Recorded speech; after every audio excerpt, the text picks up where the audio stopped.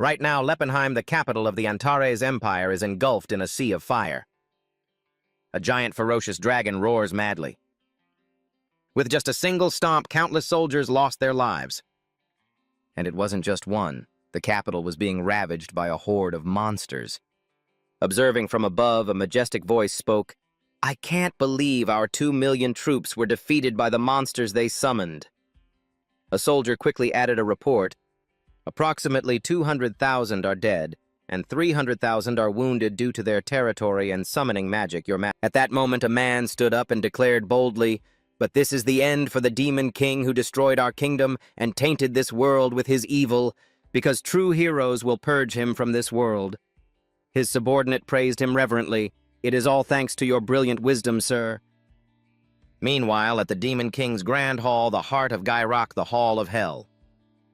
This young man is the hero, Alex von Hallein. Today, your evil ends. It's time for you to return to the shadows, O Demon King. The one seated on the high throne is the Emperor of the Antares Empire, Leppenhart Wald Antares, the Demon King Leppenhart. The mighty sword Saint Cyrus followed Alex's lead. "Demon King, we will destroy you and put an end to this dark empire." Leppenhart sneered in annoyance. "How irritating. All this work I put into building my nation, and you insist on calling it a dark empire. It has a perfectly fine name, Antares. The sun and moon rise here just like anywhere else." "The King of Fists," Tesron declared heroically. "Your dark empire is summoning demonic creatures. Once you are gone, the evil nature of those corrupted monsters will vanish with you." "What demonic nature crap is this?" Leppenhart thought with contempt.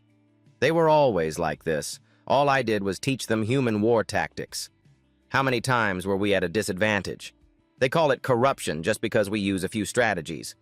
We're only doing what humans have always done." He spoke calmly. "Are all 4 of my war kings dead?" Cyrus confirmed resolutely, "That's right. That filthy orc stood no chance against my blade." It was only then that Leppenhart's fury began to surface.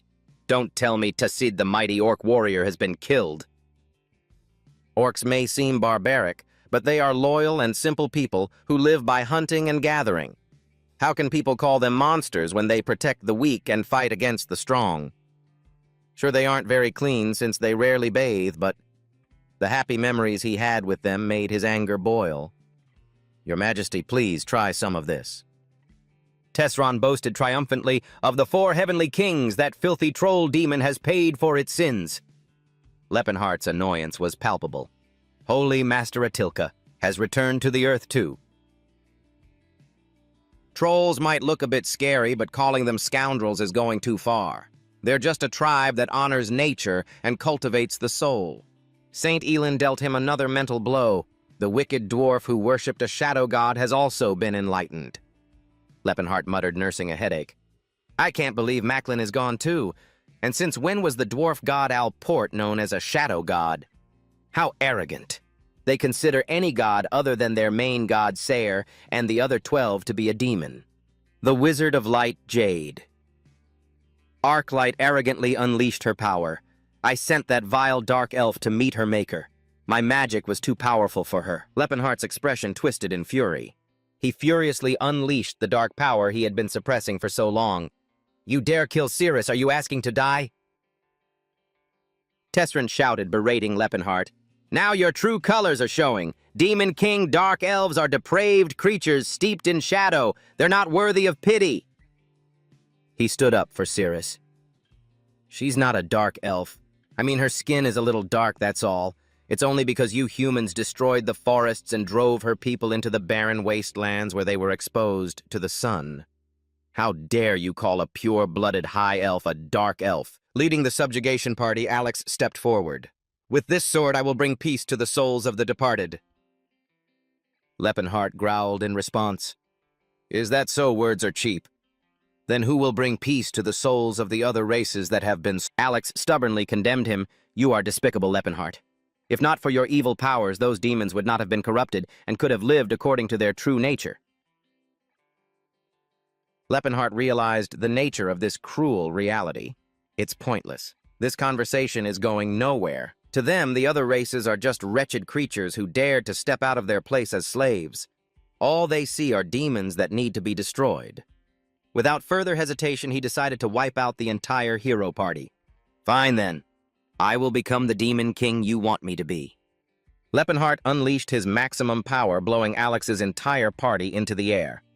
With tears in his eyes, he made a formal declaration. My name is Leppenhart. I was once just an ordinary high-ranking dark mage, although a high-ranking dark mage isn't exactly ordinary. Leppenhart directly activated incredibly intricate magic circles. Humans don't see other races as their intellectual equals. Elves are treated as beautiful, long-lived servants. Dwarves are slaves skilled at digging and crafting. Orcs are strong laborers. And trolls are used as ingredients for health potions. They were all slaves stripped of their self-respect and dignity. I was shocked when I learned of the injustices buried in their forgotten cultures. Leppenhart remembered those early days. By meeting them, I learned how to live, and by combining the elemental magic of the elves with the sorcery of the trolls, I became the first person in history to master 10th circle magic. Through those exchanges, my values gradually changed. I couldn't ignore the sight of innocent people being enslaved, so I began to rescue them. But as I expanded my territory to protect them, hiding from humans became increasingly difficult. Then the humans began to march their armies to conquer our lands. They attacked and ravaged relentlessly, and as our territory was destroyed, we were forced to move again. Although it was only for self-defense, our territory continued to expand and people flocked to establish villages and hamlets. And so the Antares Empire was born. Amidst the cheers of all the people, Leppenhart was crowned king. I built a nation for the minority races not out of hatred for humanity, but from the belief that all sentient beings are equal. That is why I never sought revenge. He realized with anguish that this, however, was the price he had to pay. Although the Empire's citizens considered this place a paradise, the humans claimed it was just the Demon King's evil magic enchanting them. Perhaps having orcs and goblins as royal guards made them feel threatened, but that was no reason to slaughter innocent civilians and comrades. Leppenhart's power erupted with surging fury. As their leader, I have a duty to protect my empire. If their laws permit them to kill us, then I will erase those laws and create new ones. The first to be sent to his grave was the leader of the Heroes Party. With a single move, Leppenhart sent Alex flying. He sneered mockingly. The world calls you a hero skilled in both swordplay and magic, but in reality you've mastered neither. Tesro screamed in horror. Alex! Leppenhart thought with contempt. Humph. You could call him versatile, but in the end he's just a jack of all trades. In stories, the hero is always the one left standing, but in reality only a specialist can truly succeed. The only one still standing now was the mighty Tesron, the King of Fists, a man of unparalleled strength and endurance.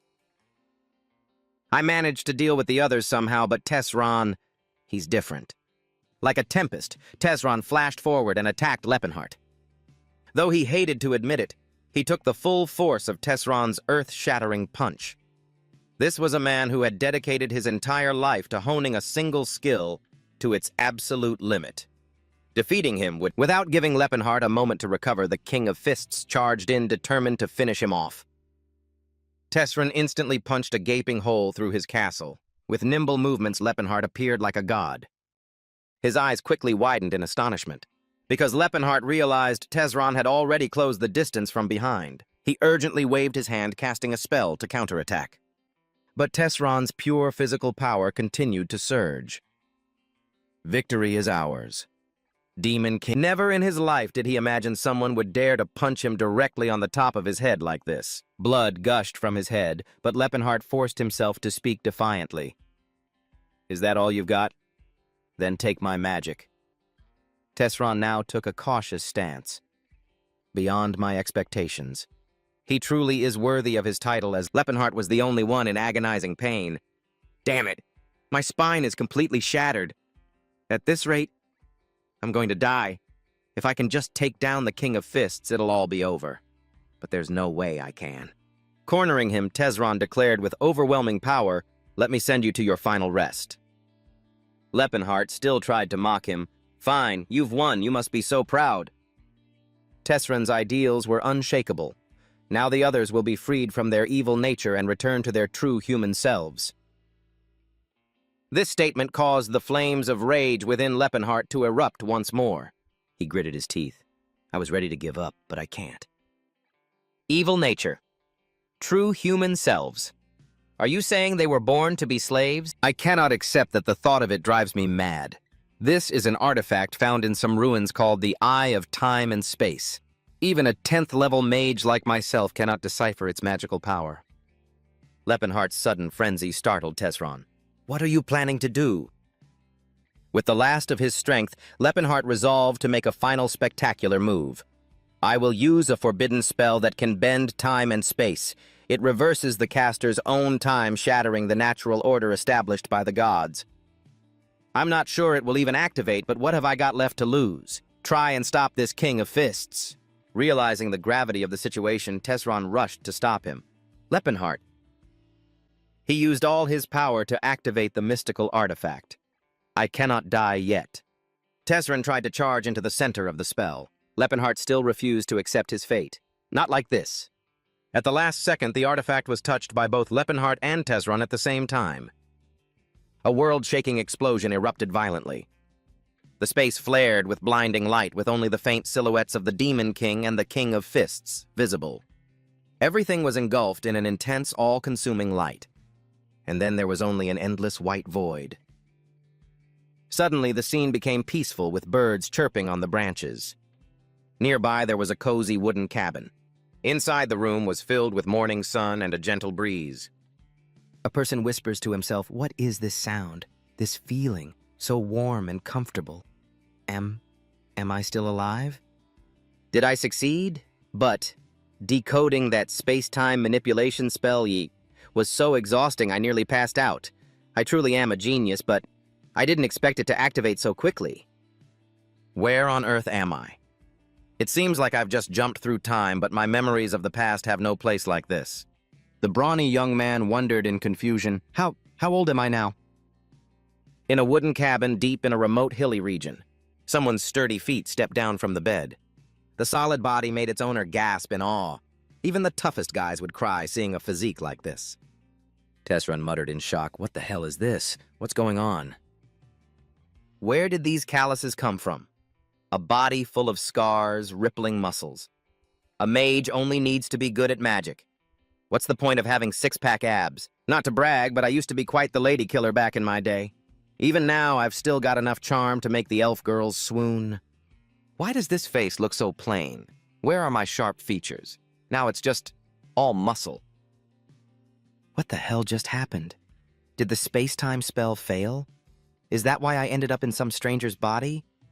This face, it looks kind of familiar. That means this isn't the past. Maybe it wasn't time travel, but my soul was swapped. I have thick brown eyebrows and sharp, cold eyes. And an unbearably stubborn mouth. If he were a bit bigger with a beard, he'd be just like... Those clues made him realize it instantly. The King of Fists, Tesron. Just then a shout came from outside. Tesron, you lazy bum! Gerard burst through the door, appearing aggressively. The sun's already high in the sky. How much longer are you planning to lie there? Get up. Start the new day with a big, bright smile. His massive frame made Tesron stammer in terror. Who is that? Is that a monster? Gerard leaned down and scanned him, looking at him as if he'd never seen him before. Tesron repeated in a panic, I'm serious. I really don't know who you are. Gerard looked bored with these petty tricks. Oh, for heaven's sake, my dear Tesron. This is the second time you've pulled this amnesia act. I'm on to you. It's not going to work. With his huge hand, he grabbed his student by the head. Gerard dragged Tesron outside. Now get to the training grounds, he screamed in a frenzy. Wait, what? Training! His brain quickly identified Gerard. Based on his words, this person must be Tesron's master, which means he's the strongest person on this continent. The King of Fists, Gerard Chrome Proteus. Ah, no, the former King of Fists is more accurate, Gerard Chrome Proteus. Before he could explain anything, Tesron was tied tightly to a tree trunk. Hey, old man, just listen to me for a second. Gerard bluntly covered his mouth. That's enough. You're talking way too much today. All right, let's begin today's training session. Tesron's face was now filled with overwhelming terror. Grabbing a large bamboo pipe, Gerard swung it with all his might at Tesron. He was in so much pain that tears and snot streamed down his face. Tesron trembled, thinking to himself, what the hell is going on? And it wasn't over. Gerard unleashed a continuous combo, beating him to a pulp without missing a single strike. Tesron had no choice but to bid farewell to his love, Cirrus. I'm afraid I won't be seeing you again. As he beat him, Gerard felt something strange. Something's not right today. His body is softer than usual. Could it be he really has lost his memory? But still, my martial arts school, the Invincible Gym, is famous for its harsh training. Our regimen is simple, cruel, and extremely intense, so temporary amnesia is common. Even I've lost my memory a few times before.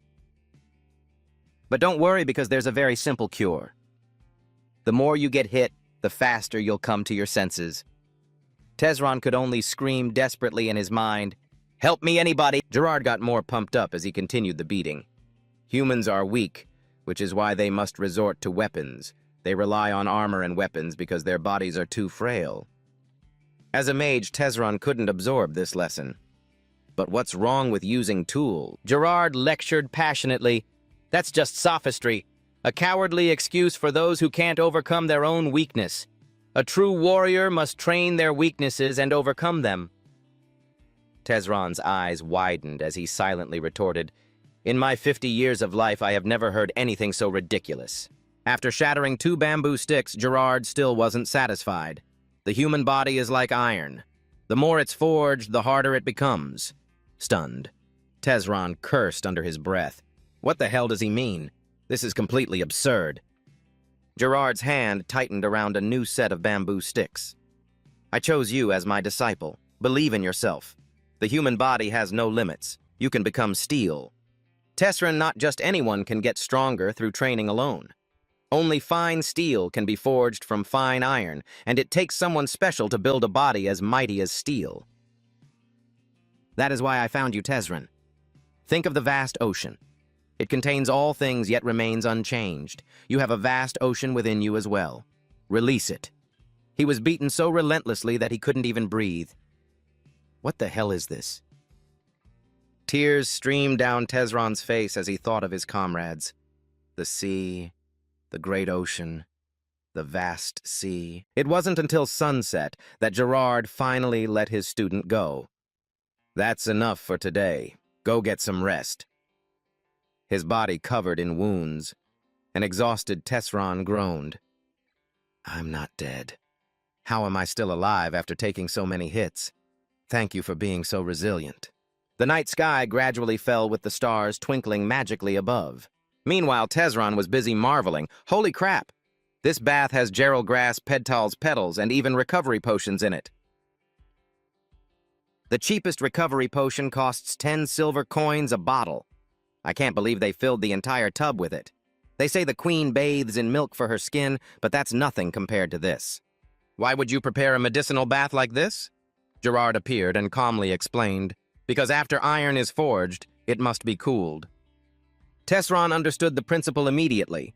They push the body to its absolute limit, forging every muscle and bone to the brink of death, then use aura and recovery water for immediate restoration. That way the body regenerates before being destroyed, becoming even stronger than before. Sounds like this might not be such an insane training method after all. I've fought Tesron before, so I know exactly how tough his body is. He must have trained this way since he was a child. Now only one question remained in his mind. What about the Leppenheart of this current timeline? The young Leppenheart. Does he exist somewhere right now? Can 2 versions of the same soul coexist in the same timeline? If they can, then I can think of 2 possibilities. One, I, the Leppenheart from the future, am currently in Tesron's body and we are coexisting.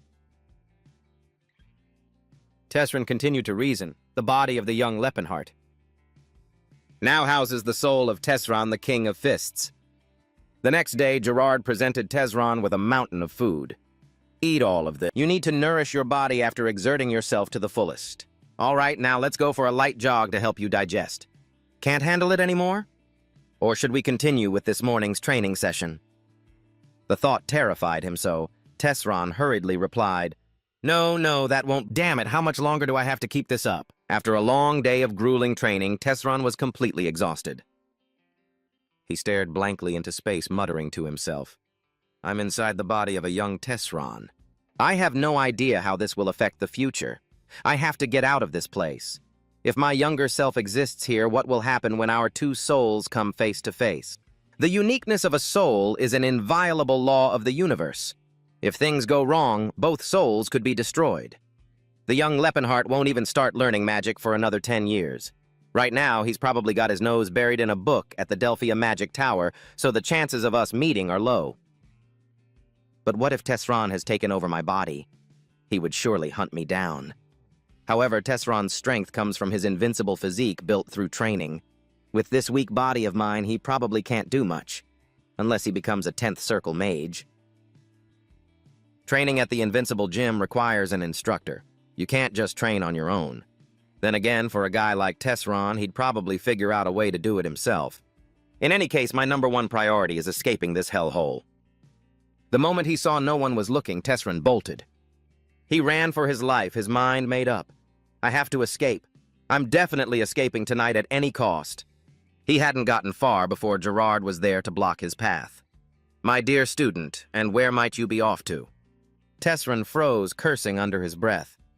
That freakish old man. How long has he been sitting there? "It's been a few months since your last escape attempt." Gerard casually calculated. "This makes the 9th time, doesn't it? You'll be hitting double digit," he tried to explain. "Listen, the truth is, I'm not Tesron. My name is Leppenhart, and I am a mage." Gerard calmly stroked his beard. "So that's this time's story, is it?" His attitude left Tesron speechless. What Gerard continued with a weary voice. "Last time you said you came from another world. You also mentioned meeting gods and dragons." Tesron's jaw dropped, realizing he was completely screwed. "Huh." His master's voice slowly recounted, "And the story before that?" "Ah, yes. You were a martial arts master reincarnated from a place called Huan on the eastern continent." That was a bit more convincing than this one, though. I'll let it slide for now. Now get back inside and go to sleep. In the end, Tesron was dragged back to the wooden cabin by his head. "Damn it, I failed today. But I will succeed tomorrow. Fine, today's jailbreak was a bust. I'll admit defeat for now, but don't you dare think I'll be stuck in this place forever." On his next escape attempt, Gerard was once again waiting to block his student. "Tesron, I tried all of these same tricks back when I was an apprentice." "I understand.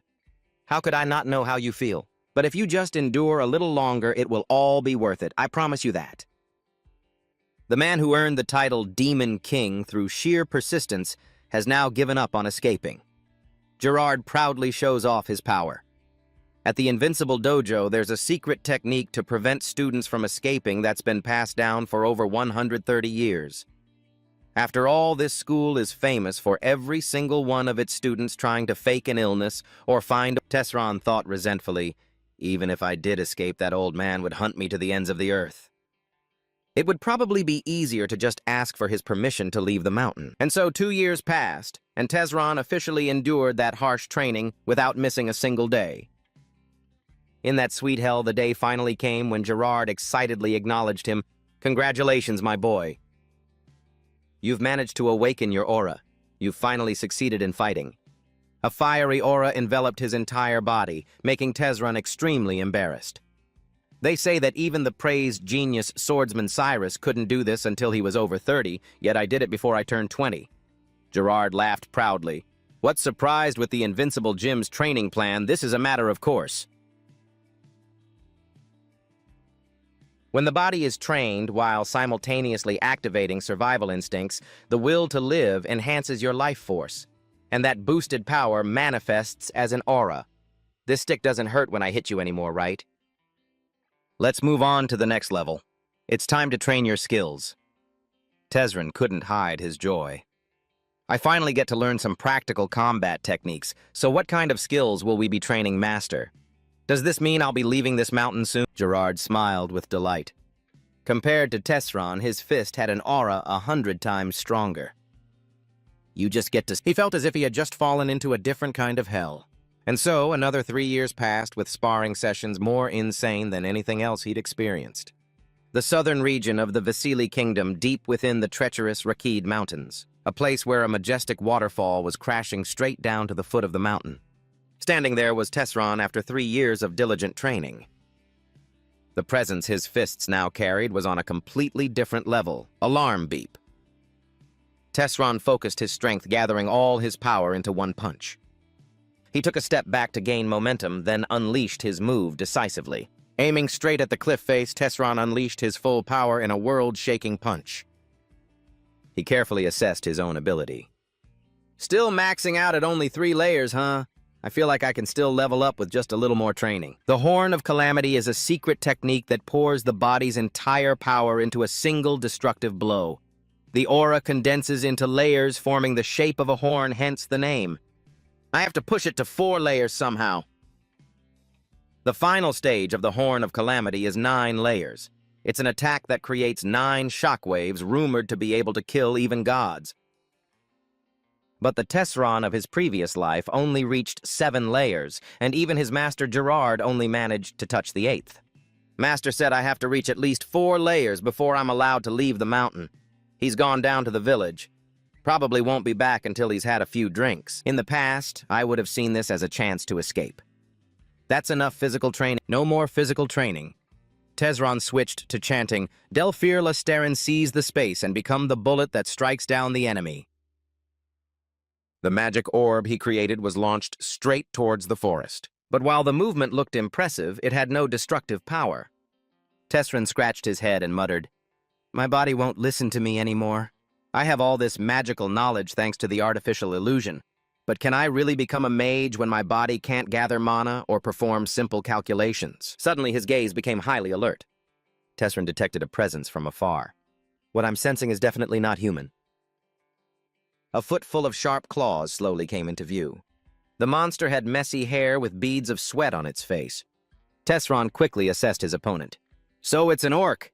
Based on his build, he's probably about 3 or 4 years old. Quite young. Maybe he ran away from an arena or something. Tassid was still trying to be intimidating. Human, pretend you don't see me, and I won't. Having lived through so much, Tesron understood immediately. He's talking to me because I'm not showing any malice. They're a race that avoids needless bloodshed. Even in this situation. Little orc, are you being chased? Tassid couldn't help but be surprised. How does a human know this language? Tesron just shrugged and replied simply, I know a few orcs. Hearing this, he let his guard down. What good fortune. You're right, I'm being hunted. Tesron generously proposed, I need your help. Do you trust me? Tassid stated his opinion frankly. We speak the same language, which means you are my brother, and my soul can feel that your intentions are truly good. But brother, if you help me, you'll be in danger too. Through their conversation, Tesron astutely realized he speaks very fluently. Is he an orc of noble lineage? I have the power to help you. Just trust me. He began to cast a spell, his area of expertise. Aiming at the tunnel he had just punched through, Tesron firmly declared, My magic will hide you. Tassid's eyes were filled with doubt. My benefactor is a wizard, Tesron asked humorously. Find that strange. Tassid hesitated for a moment, then admitted, with a body like that, yes. I'm very grateful for your help.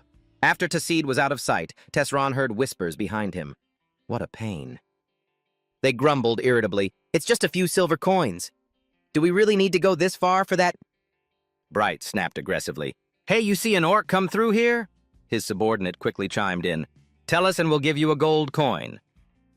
Breet turned, startled, and whispered, Are you really going to give him a gold coin? The stout man replied with a sly, deceitful look. Of course not. After he talks, we'll just play Tesron flatly denied it. I don't know anything. Bright persisted like a leech. Suddenly, another member of the group noticed something. There are orc tracks. Bright quickly gave the order. He went this way. Let's go. It was only then that Tesron remembered something. That's right. Basic magic can't hide footprints. That's where I live. Breet flew into a rage and cursed, Are you crazy? How dare you stand in our way, you country bumpkin? His subordinate cautiously warned, Bright, that guy looks strong. The hot-headed man boasted loudly, What's there to be afraid of? Listening to their noisy chatter, Tezron's annoyance was clear. "Hey you, stop wasting time, get out of the way." This guy's physique is impressive, but so what? That doesn't change anything. Remembering Gerard's teachings, Tezron switched to using magic. Your fists are a lethal weapon. A single punch can take down most people. So what should I do, Master? You must be appropriately merciful to the weak. From within a magic circle, he pulled out a weapon. For someone whose fists are stronger than any weapon using one, is the ultimate act of mercy. Tezron's aura flared intensely as he announced in a firm voice, "Don't worry, if I use this to fight, you won't die." The Indestructible Dojo specializes in bare-handed combat, but that doesn't mean they don't teach how to use weapons. Bright's gang laughed and charged forward. "Did he just pull out a stick? You want to fight, huh?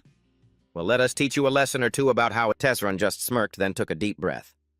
He swung the weapon in his hand, forcefully shattering Bright's formation. The remaining subordinates hastily rushed in to help. "Damn it, everyone attack at once, die!" But the purpose of this staff technique, the only weapon skill they teach, isn't for combat. It's simply a method to toughen up students to become great warriors. Therefore, it strikes every inch of the opponent's body. No defense, all offense.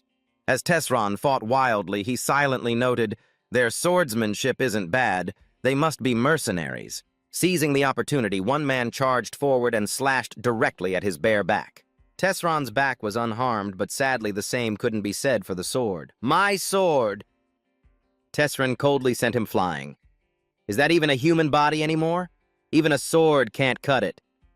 I know this is my body now, but it still feels unreal."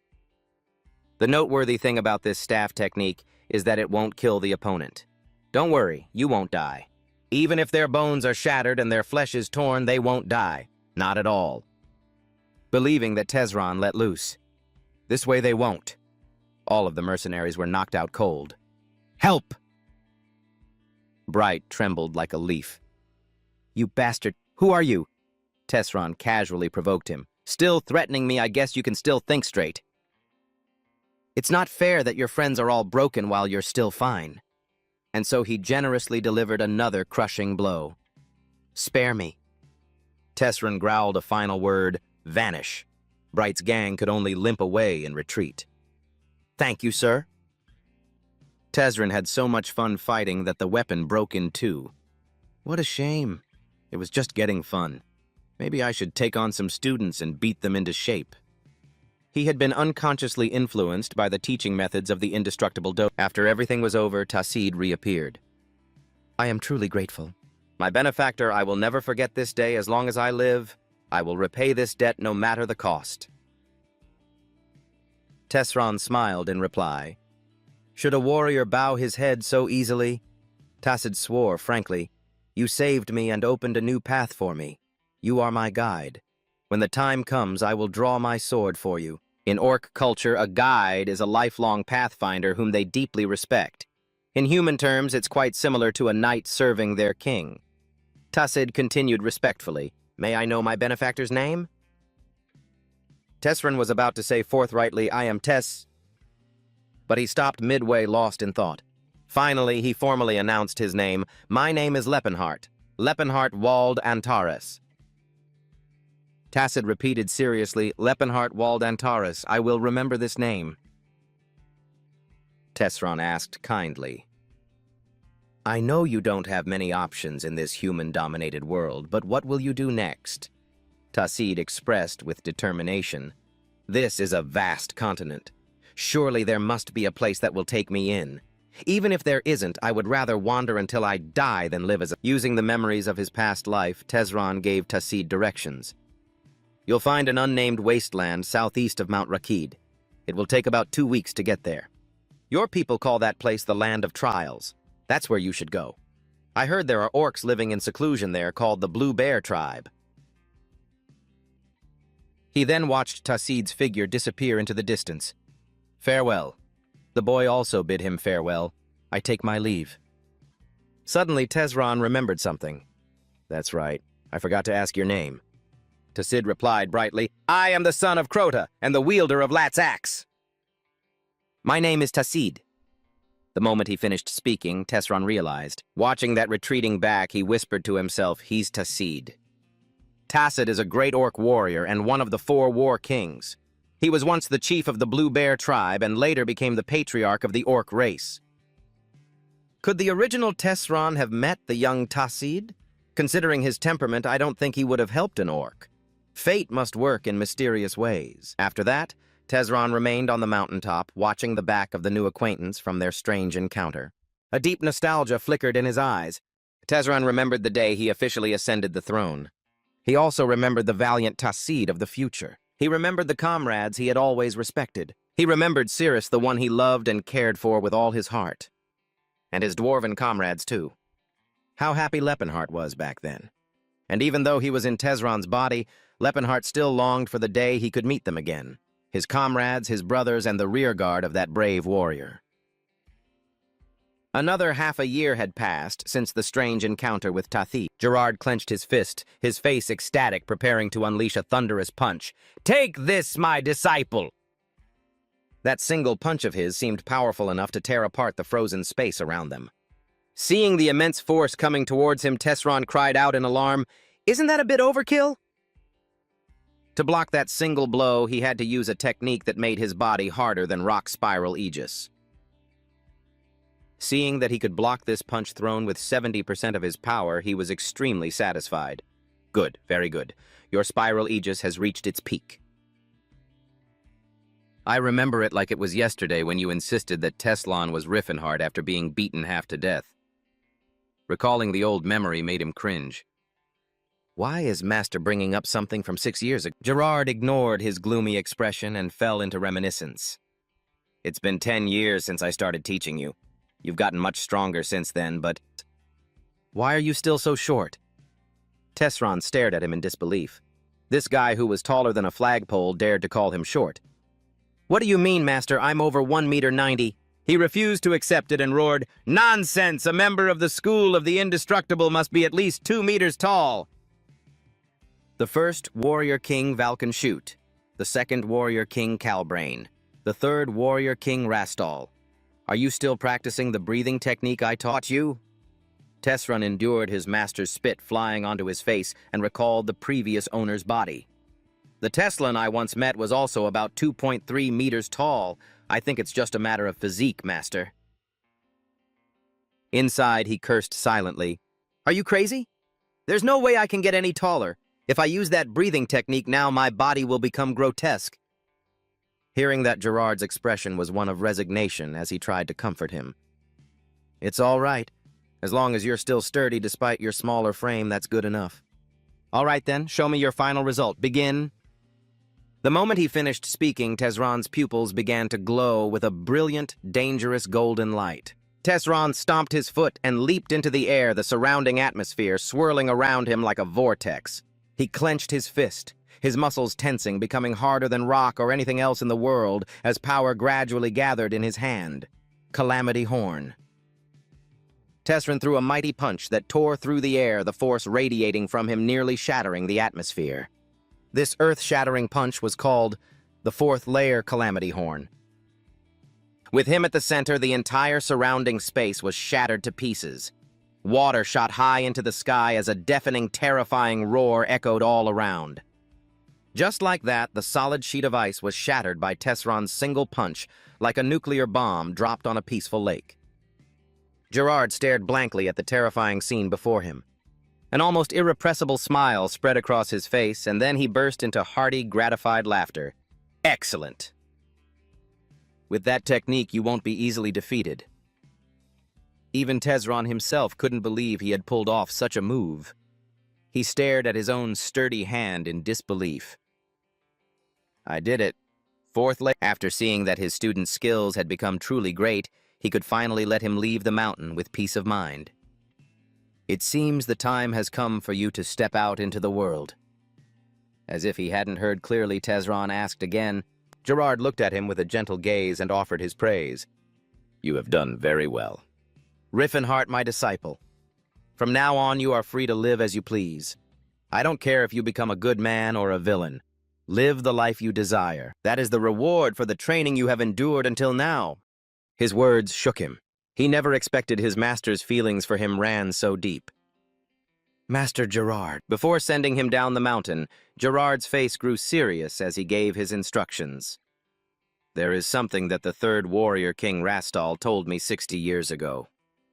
In his distant memory, the image of a stern Rastal appeared and said, "Remember these 3 things well. First, it is fine to accumulate wealth, but do not gain it through dishonest means." The younger version of Gerard interrupted, "Wait a minute, didn't you just say I could become a villain?" Seeing his confusion, he explained more clearly. "What I mean is, if you are going to be a villain, at least be a villain with class." Hearing this nonsensical explanation, Gerard looked at him with a weary expression. What a strange ideology. He ignored his student's judgmental gaze and continued, "Second, stand with the unjustly treated when you can. Isn't it better to live a life that is..." A hint of doubt appeared in his voice. "The unjustly treated, not the weak."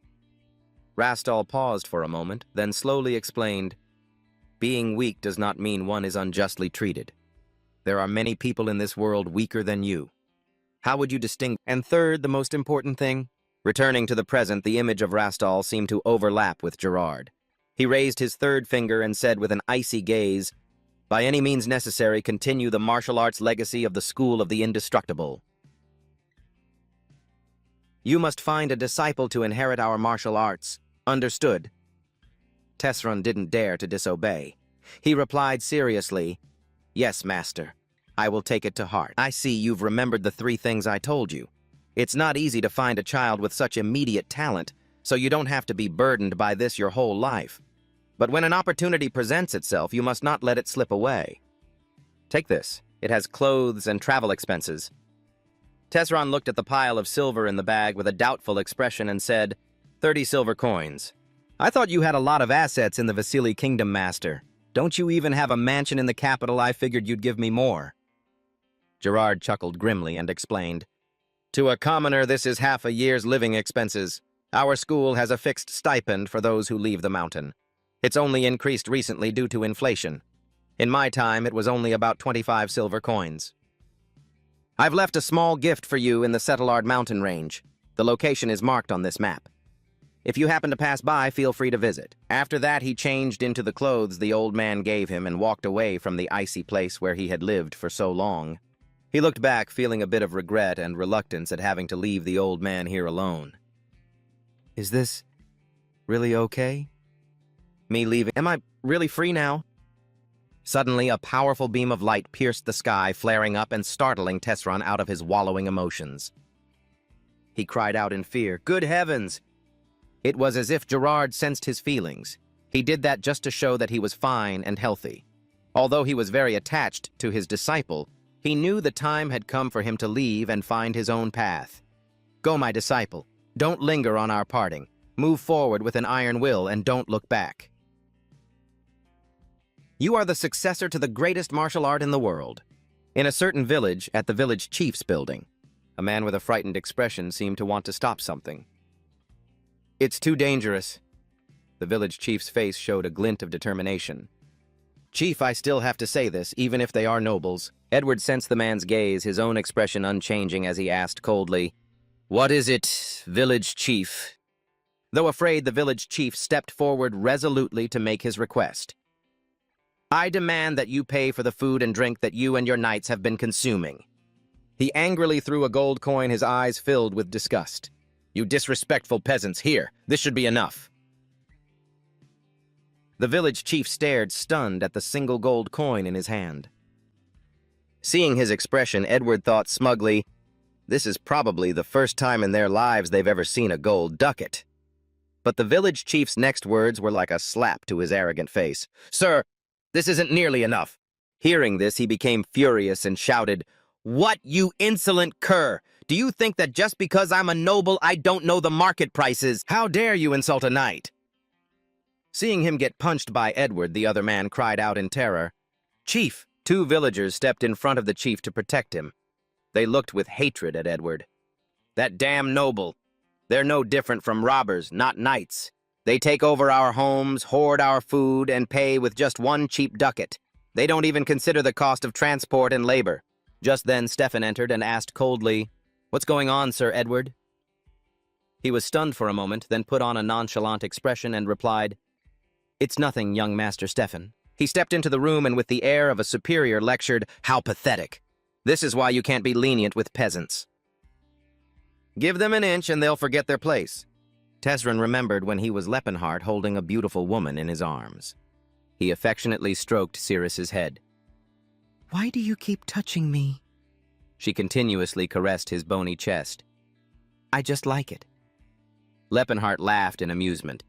What could you possibly like about this scrawny, emaciated? Cirrus smiled sensually. It looks fragile and sharp, just like a well-forged sword. That was just the past. Back in the present, Tesron was crying a river. That was my body back then. But now, forget about being a sword. I'm no different from a final war golem made of stone. My body has become like this. At least I'm a lot taller than before. Cirrus must be 70 years old by now, which is about 17 in human years, right? This is the southern region of the Bailey Kingdom, the city of Crom. Since Cirrus will be sold around next year, she must be at the slave auction hall in the Duchy of Chaton right now. What should I do now? Destroy the auction hall and rescue Cirrus. No, if I make a scene, it will hinder the recovery of my magic power. It's better to solve this with money. The price of an elf slave is unimaginable, and right now I don't have a single coin, but that's all right. Because I have a powerful body, supreme skills, and memories of the future. Speaking of which, I remember there's an ancient ruin on the way to the Duchy of Chaton.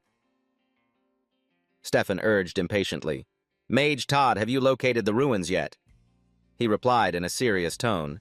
Please wait a little longer.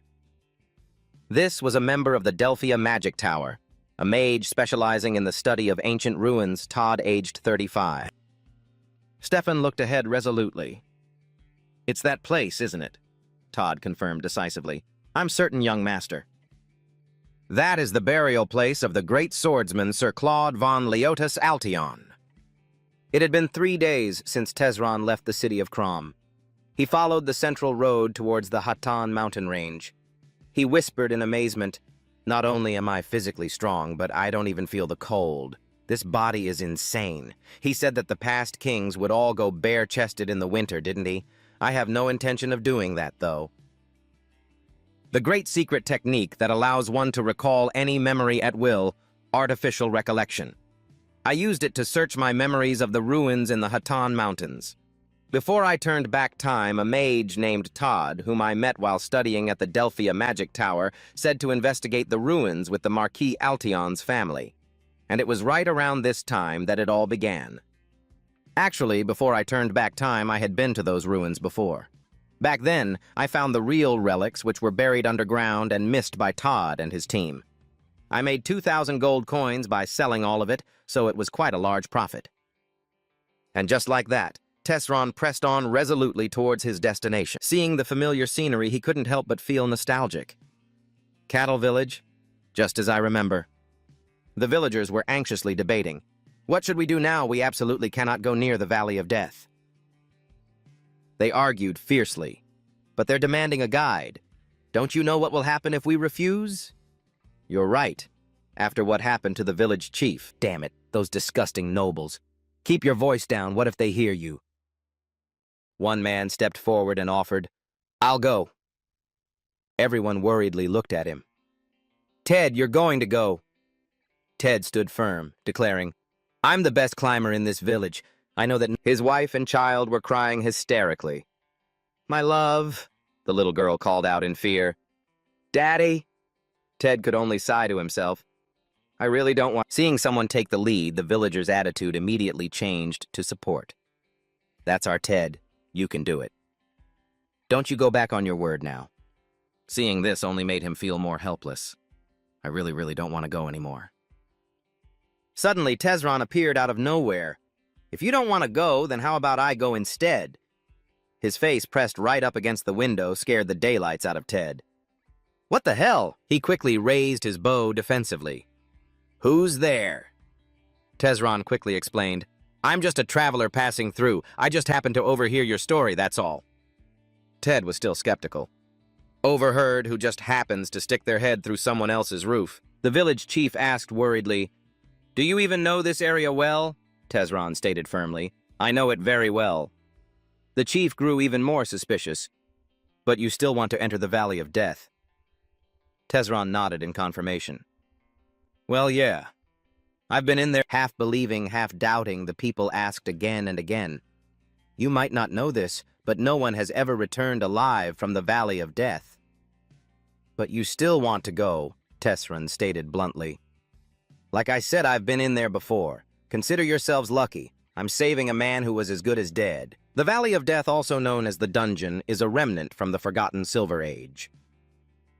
50 years ago, there was a knight named Claude from the Marquisate of Altion. In his youth, at the age of 45, he awakened his aura and performed countless miracles, and his heroic deeds spread throughout the kingdom of Basile. However, great fame often leads to arrogance. Claude took a servant with him into the Valley of Death and perished there. The problem is the magic sword Altion that he carried never returned either. The magic sword Altion is the symbol of the Marquis Altion's family passed down for generations. The effort to retrieve the treasured sword continues even 50 years later, with the party being led by Stefan von Lepanto Altion. Tezron had successfully infiltrated their ranks. "So, he's Claude's grandson, huh?" He then had to watch them flirt. "Your presence is so majestic even without a horse. Truly a knight among knights." Stefan smiled back. "Relsia, thank you for brightening," Tezron observed silently. Next to him was an elven assassin. "Flirting in broad daylight like this. There's a priest in the group, Cillian. I wonder if this young priest can even use divine arts properly. And what's more, I can't believe someone with a face like that is a boy. I really need to talk to Todd, and I'm so happy to see him again after all these years, but I can't find a single chance to talk because those two are always chatting. Todd was just like that when he talked to me back when we were young, too. But why is the atmosphere between those two so strange?" Suddenly, Tezron's face paled as a thought struck him. "Don't tell me. It's that guy. No way. Todd is a good person. It can't be." As he was lost in thought, Edward started a conversation with Tezron. "You made the right he replied politely. "You mean about being the guide? It's no big deal." Edward stated bluntly, "But the villagers are all cowards, always walking on eggshells." Tezron mused sympathetically. "From their perspective, it's normal to be afraid." Edward scoffed arrogantly. "What's there to be afraid of when the brave knights of the kingdom are with—" Tezron grimaced hearing that. "Seriously, these damn knights are disgusting. They say there's no knight who isn't arrogant. The knighthood is truly a breeding ground for narcissists." Suddenly, the surrounding silence was shattered by an extremely loud noise. The snow-covered forest began to shake violently. Countless strange figures shot up into the sky. They were revealed to be winged monsters aggressively swooping in to attack. Taking advantage of their agile wings, the monsters shrieked. Stefan's party quickly gave the order. "Ambush, get into formation." The monsters attacked with their sharp-clawed feet. Relsia drew her sword and took the lead, making a show of force. "How dare a low-class creature like you target a human blessed by Sayer?" Stefan also took a defensive stance. Altion knights destroy the enemy. From a distance, Todd, in his role as a mage, cast a wide-area spell, Chain Flame. He incinerated countless monsters, temporarily pushing them back. Cillian quickly joined the battle by supporting the entire team. "Oh, Philonins, please grant them indomitable courage!" Tezron just stood quietly on the sidelines, observing the battle's progress. "They're not too bad, huh? Especially that kid Stefan. His swordsmanship is better than I thought." Of course, that's from a mage's perspective. From a warrior's point of view, it's still incredibly sloppy. No wonder Master Gerard was so proud of his That said, he glanced behind him. Stefan had indeed brought a few orcs to carry the luggage. The winged monsters quickly changed their target, attacking the harmless orc group. They could only brace for impact, not daring to fight back. Just then, Tezron unleashed a devastating punch, taking down one of the winged monsters. He didn't just take it down, he blew its body to pieces. Tezron decided to step in and protect the orc porters. Seriously, no one is even looking out for them. Everything is happening just as Tezron remembers. According to Todd's adventure log, that guide is supposed to die here. The winged monsters are attacking in a frenzy. The leader of this expedition is Stefan of Altion. Amidst the battle, screams echo everywhere. Is anyone there? Help me, Tesron silently observes. While you couldn't call him, he doesn't seem to care about those around him. But doesn't that make him a bad person too? No wonder the guide ended up dead. Cillian hurries to evacuate everyone. Hurry, hide behind that tree.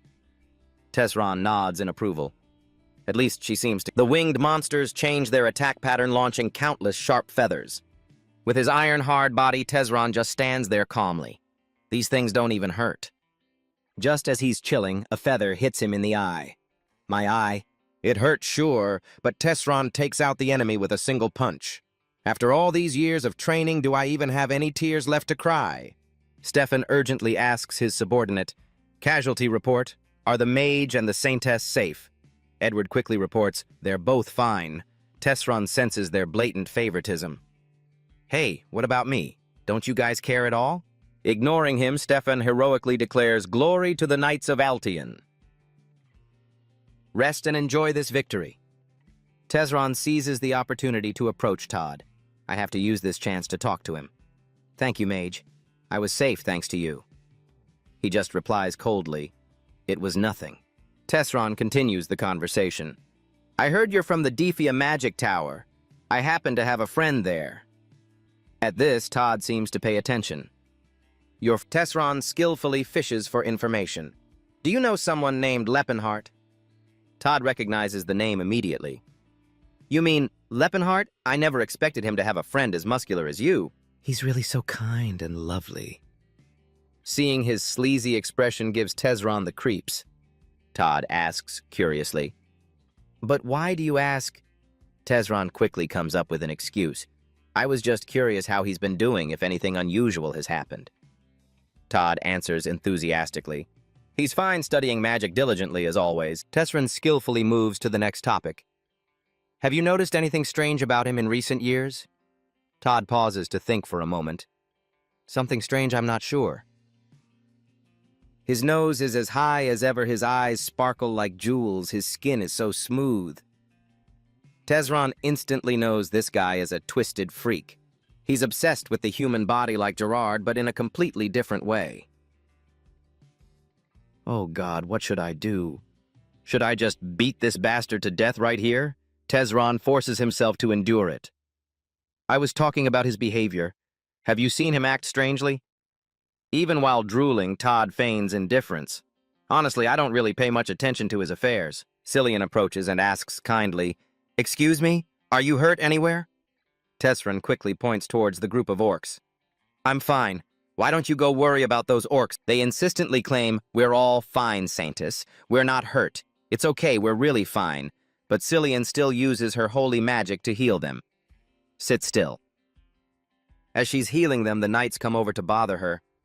They'll recover on their own, Saintess. Why are you wasting your mana on them? Tesron witnesses the whole unjust scene. Even though she's kind and treats their wounds, she treats them like pets, not people. Human beliefs and values are the biggest obstacle. It seems demi-humans still have a long way to go to be treated equally. The orcs, however, are deeply grateful to Cillian. Thank you, Saintess. Thank you. Stefan arrogantly orders Tesron, Hey guide, hurry up and lead the way. Extremely annoyed, he makes his attitude obvious. Go straight and then turn left. You'll find a stream. Be careful. Stefan sneers and nitpicks. What's with that attitude? Got a problem? Tesron replies robotically. No, none at all. The group continues to move for several more hours. The knights' morale has plummeted. If the basilisks and wild wolves were bad enough, now there's a whole bunch of ogres. How can there be so many monsters in such a small mountain region? Turns out it was Tesron's mischief. What else? It's because I ignored the safe path and just charged straight ahead. He even provokes Stefan. Do you need to rest for a bit? Not wanting to lose face, he strains his voice and yells, Everyone on your feet! Tesron thinks gleefully to himself. The knight is arrogant, the saintess is short-sighted, and the mage is cunning and sly. Too bad for them deep down, I'm a mage too. To be fair, I didn't trick them. I led them on the shortest path as they requested. It's not like I intentionally brought them here to torture them or anything. Stefan comments wearily, No wonder this is where Lord Claude lost his life. I never expected so many monsters in such a small mountain. Suddenly his gaze wavers intensely. Their destination, the ruins, has appeared before them. Stefan exclaims excitedly, "I think we're here." Edward joyfully confirms, "There's no doubt, Sir Stefan." He joyfully announces, "It's the ancient Paulton ruins." Stefan's party quickly moves closer to the entrance of the ruins. Before long, they were standing in front of a giant door. Todd quickly makes his assessment. "This is the entrance. It seems safe to enter, sir." Stefan eagerly gives the order to his members. "Excellent. Everyone get ready." Tesrin slyly suggests, "Well then, I'll wait for you all here." Stefan snaps irritably, "Your job is done. You can retreat now." He remains stubbornly persistent. "I can't possibly go back to the village alone." Stefan flatly refuses. "I understand. I'll have someone escort you back since you've done such a good job guiding us." Tesrin's anger flares as he realizes these guys are trying to screw him over.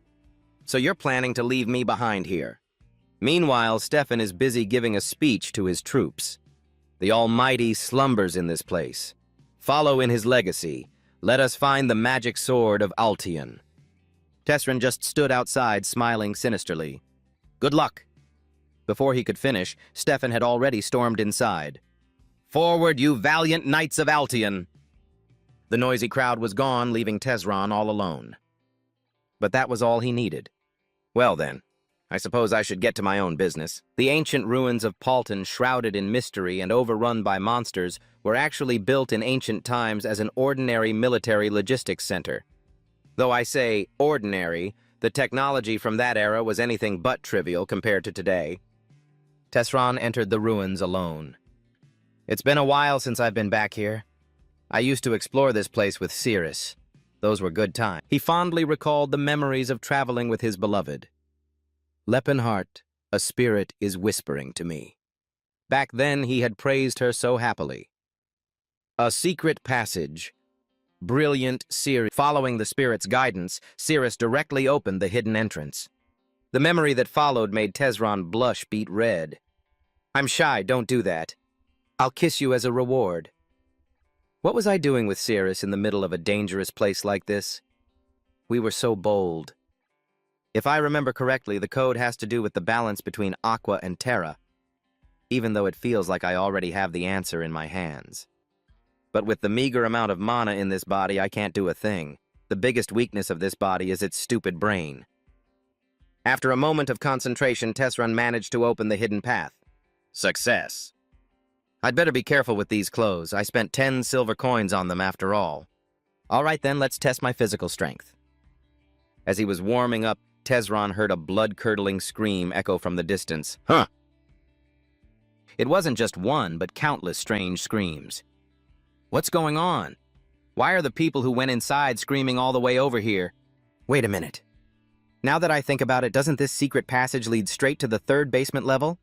If this path is open, that means there's a sign of intrusion. At that moment, Tesron suddenly remembered something. A sign of intrusion. He declared decisively, "I remember now." This place was a military facility after all. It must have an anti-intrusion security system. I never paid attention to it before because it was just me and Cirrus. But now those Altian people are in the basement, right? They must have triggered a trap and been thrown down to the second basement level. Tesron's face twisted in horror. Oh, hell. Just as he predicted, the battle below was raging fiercely.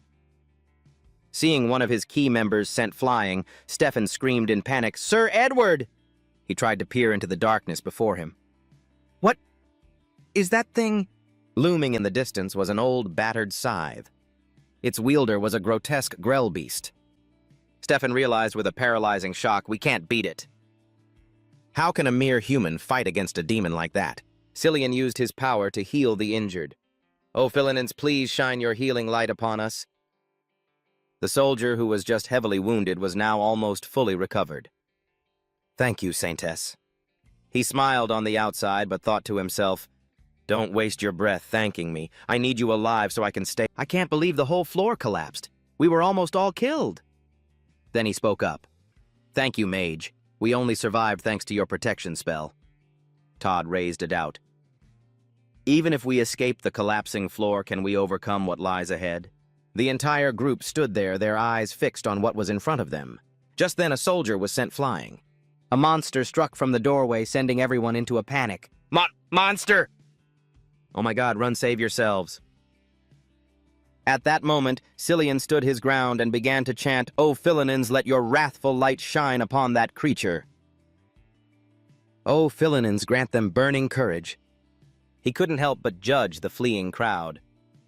They call themselves knights, yet most of them have already fallen. What a waste of those muscular bodies. Then he continued to cast his spell, "O Philinins, grant them burning courage." The knights were then blessed with incredible strength. Todd watched in horror from the side as the knights went berserk. I don't know how many blessings she cast, but they've all gone crazy like they're on some kind of combat drug. Valiant knights of Altheon, let's show that monster our true courage. The monster and the knights clashed without mercy. On his side, Todd also began to cast a spell. "Saphir de Clote, O Mother Earth, please extend your hand and reclaim what is yours."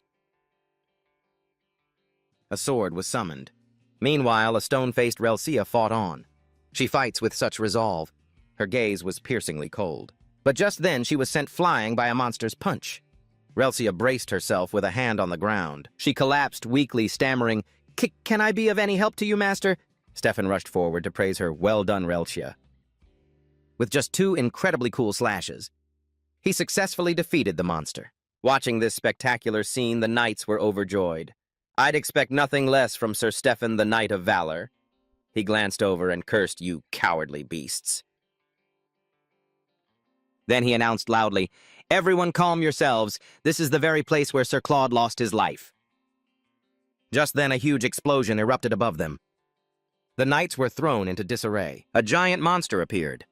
It let out a massive roar. A group of knights was sent flying. At that moment, Stefan shouted to boost their morale. "Do not fear, you've prepared yourselves for this, haven't you? How can you call yourselves the valiant knights of Altheon if you don't?" However, it wasn't very effective as the knights were still being routed and were fleeing. The fierce gale forced Stefan to raise his arm to shield himself. He looked ahead, gritting his teeth in frustration. "Damn it, we can't lose like this. We will not fall without a fight. In the name of Altheon, I am the Knight of Valor." Shooting strike. However, his cool charge was met with a devastating punch from the monster that nearly caved his face in. He was sent flying into the distance to the utter astonishment of the other soldiers. The heavy impact as he slammed into the ground left everyone around him in shock. That single blow took Stefan down completely, leaving him unable to get up. Over here, the mage Cillian began to chant an attack spell. "Philinins, please annihilate these wicked beings with your light." He then launched a direct attack at the monster's head. After being hit, the monster glanced over at him. Cillian was stunned to see that it had no effect. Immediately after, the monster advanced toward him to attack. Cillian squeezed his eyes shut, bracing for the impact. The monster attacked without mercy. Cillian looked up stunned for a long moment. Standing before him was Tesron. He made an incredibly badass entrance. Suddenly, a shadow enveloped Tesron, piquing his curiosity. But moments later, seeing the monster collapse, Cillian couldn't believe his eyes. What the hell? It died in just one— No wonder I almost died when I took a punch from Tesron. Tesron glanced behind him. Looking at the crowd of injured people lying around, he made a decision. Well, I should probably get them to safety first. However, at that moment, monsters were still continuously pouring out of the gate. Todd and Cillian were bewildered. Who in the world is that person? Carrying the heavily injured Relsia, Tesron fought monsters as he made his way out. "Get out of my sight." A long while later, Stefan finally managed to open his eyes. Edward quickly checked on him. "You're awake." Stefan was stunned by the sight of the scattered skeleton soldiers. "What's going on?" Edward began to explain hesitantly. "Well, it's like this." After hearing the story, he shouted in disbelief, "What?" So he was a warrior all along. "It seems I failed to recognize such a brave man. May I know your name?" Tesron replied in a low voice. "I should use a fake name to hide my identity." "Leifin? That's right?" "Todd knows I'm at the Magic Tower, right?" "Yes, I'm Leifin," Edward thought with suspicion. "Leifin, I've never heard that name before. If he's really that powerful, his name should be famous by now." Stefan eagerly continued. "May I ask what clan you belong to?" Tesrin answered nonchalantly. A clan, I don't have one.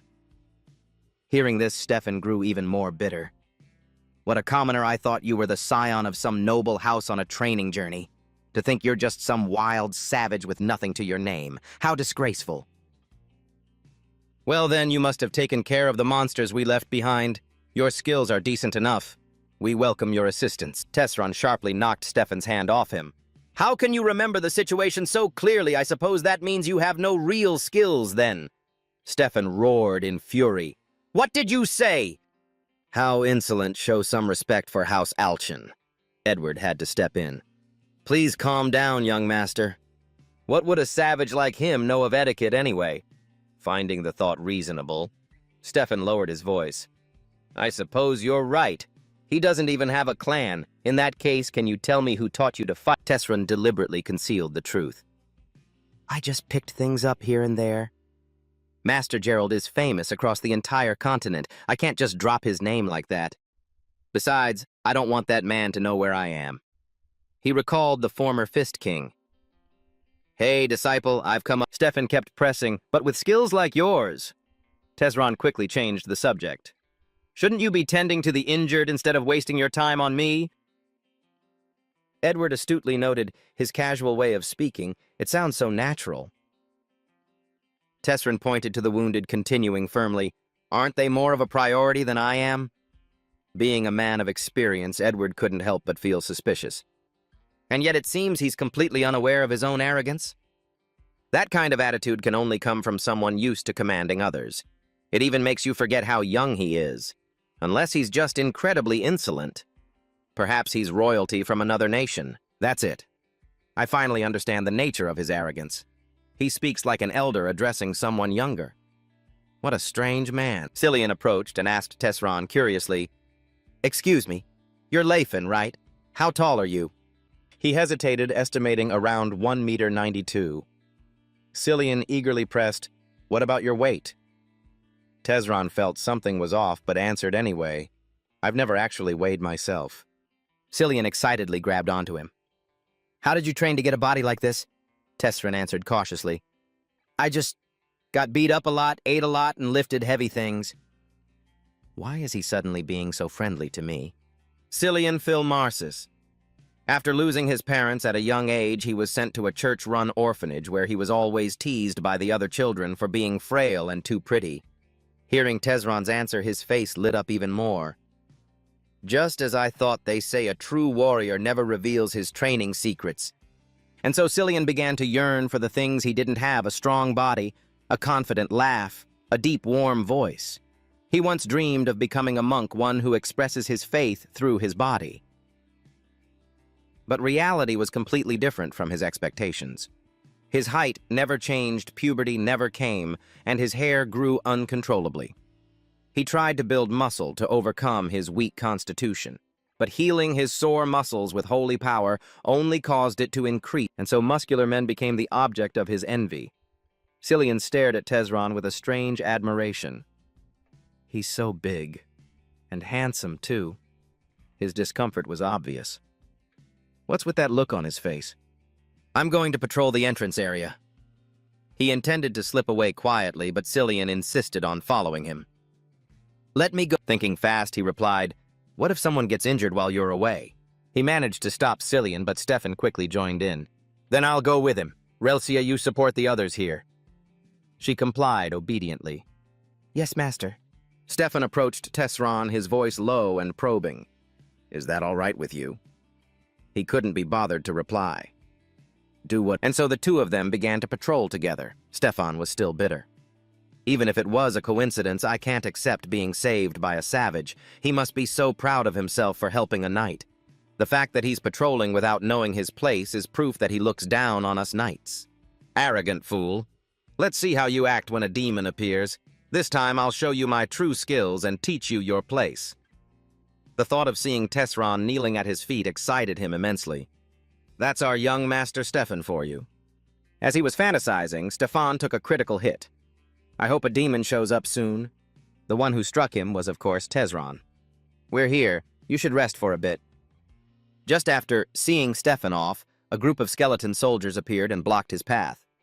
They charged forward aggressively to attack. Tesron casually warmed up with a few basic moves. After taking down the skeletons, he quickly pursued his intended target. Now then, why don't I take this opportunity to find some treasure after all I've already dealt with all the nuisances? He entered a hidden secret chamber alone. Relying on the memories from his past life, Tesron fumbled around searching everywhere. Good. 50 gold coins from the Silver Age. I remember them being somewhere around here. Found it. What he found was the Bag of Holding. The Bag of Holding, a magical tool that allows one to store items up to 10 times the bag's volume. Tesron muttered excitedly. The weight is reduced to 1/10 of the total. And there were a few other things besides this, right? The celestial censer, the returning dagger, a monocrystal. All priceless items. All. After waking up from being knocked out a second time, Stefan held his head and wondered, what happened? Tesron had already finished swiping all the treasures. Oh, you're awake? Well, these guys are the ones who hit you from behind. You went down in an instant. Stefan cursed under his breath, embarrassed. Damn it. Why is nothing going my way today? A cunning smile spread across Tesron's face. Don't mention it. I'll just have to knock you out again after all. While Leppenhart was looting the ruins, Stefan had to be knocked unconscious 3 more times. I hope I didn't hit a vital spot on his head. Well, even if something happens, it's probably fine. He's rich after all. Even Stefan himself felt uneasy. Something strange. How was I on guard and still didn't sense anything? Am I getting sick? I'll have to take some medicine when I get back. Meanwhile, Tesron came to an excited decision. I'm out of space. It looks like the path ahead has been pretty well cleared. Let's head back. Stefan could only obey. Yes. Then he led the troop of knights forward. Cillian kept trying to cozy up to Tesron. Sir Leifin, are you royalty? He casually denied it. Royalty, I'm just a commoner. Cillian grew even more interested. A commoner, you say? But the way you said that, Tesron asked, suspiciously. What do you... He answered honestly. That's not it. It's just that you talk like you're superior to everyone else. Of course, a warrior must be confident, and I understand the way you talk to Sir Stefan, but I didn't think you'd be so informal even with Sir Edward, who is over 40. Only then did Tesron remember. I'm only 22 years old. I'll be more mindful next time. I don't socialize much, so my etiquette... The troop of knights quickly arrived at a large door. Stefan took the lead and opened the door first. What appeared inside left both Tesron and Cillian completely stunned. A ferocious beast roared in fury. Tesron couldn't hide his own astonishment. A grell beast! Why is it here? I don't remember there being a monster like that. Stefan quickly assumed a battle stance. So that demon is the guardian of these ruins. Only now did Tesron realize. I see, it just hasn't been eliminated yet. Let's go back. It's too difficult to confront it with the group we have. Suddenly a knight shouted loudly, Young master, look at the sword that demon is holding. Stefan immediately recognized the sword's identity. The demon's sword, Altian. Edward frantically tried to stop him. Young master, are you really planning to fight that demon? A treasure is right before my eyes, so I have to risk my life to retrieve it. What else is there to do? Tesron spoke up, trying to persuade Stefan. It's too dangerous right now. Now that we know its location, it would be better to return and gather more forces. Stefan stubbornly yelled, What are you talking about? Are you telling me to just stand by and watch the sword of the great knight be defiled by that demon? I cannot retreat. No matter what, I will reclaim that sword at any cost, even if it's in the grasp of absolute death itself. Stefan heroically called out to his men, Everyone raise your swords! His brainless action left Tesron at a loss for words. This absolute fool. Destroyed within a spatial rift, these ruins from the Silver Age still have a self-operating system to compensate for any shortcomings, and a creature from another world was sucked in by the defense system due to a technical glitch.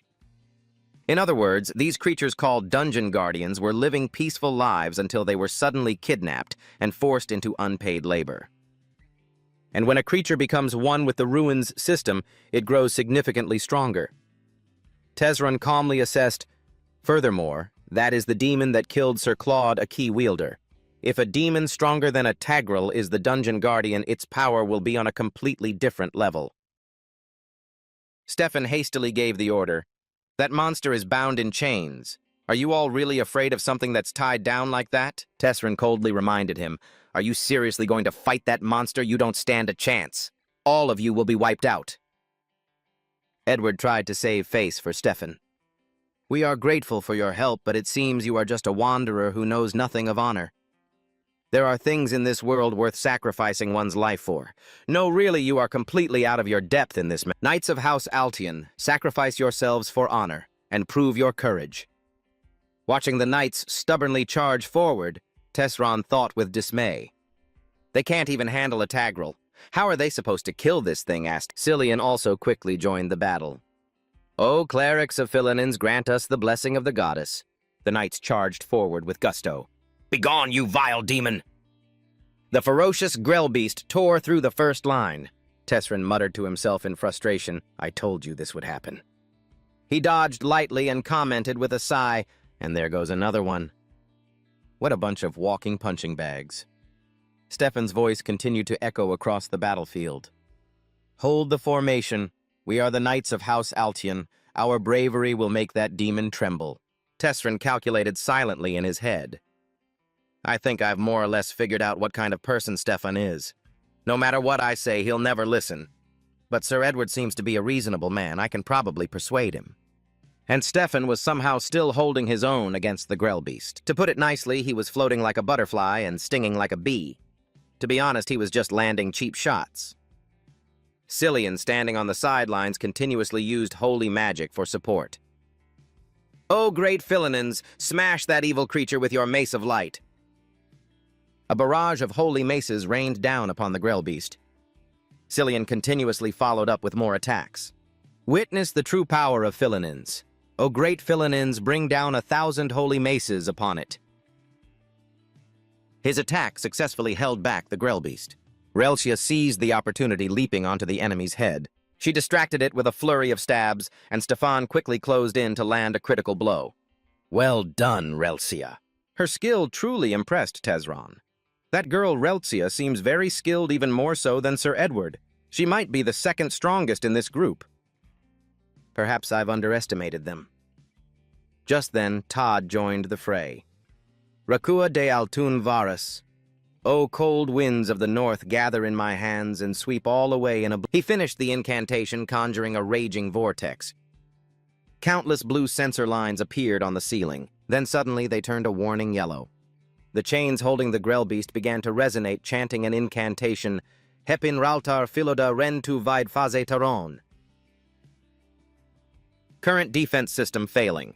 Activating Phase 2. Tessrin realized in horror that its chains had been shattered. Damn it! It shot upwards with a furious roar. Using its massive body, it effortlessly took down countless knights. Its claws slashed endlessly and ferociously. Stefan was still trying to land a few sneak attacks. Die Grell beast! Once freed from its chains, every single one of the Grell beast's attacks was devastating. Stefan took a direct hit, coughing up blood. Seeing him sent flying, Edward cried out in shock, Sir Stefan! Though heavily injured, he managed to get back up. Edward sighed in relief. Thank goodness you're all right. Relcia quickly rushed in to assist. She leapt high into the air, her movements light and graceful. Relcia's famous sword flurry fiercely wounded the Grell beast. But in the end, she was also struck by a furious blow. In agony, Relcia gritted her teeth so hard they bled. And that wasn't all. The Grell beast's mouth began to spew crimson flames. It wildly shot a pillar of fire straight at the group of knights. They scrambled to get out of the way, their ranks broken, and their situation looking hopeless. The power of the Grell beast's flames was so intense that it incinerated everything in its path. A massive explosion erupted right where Cillian was standing.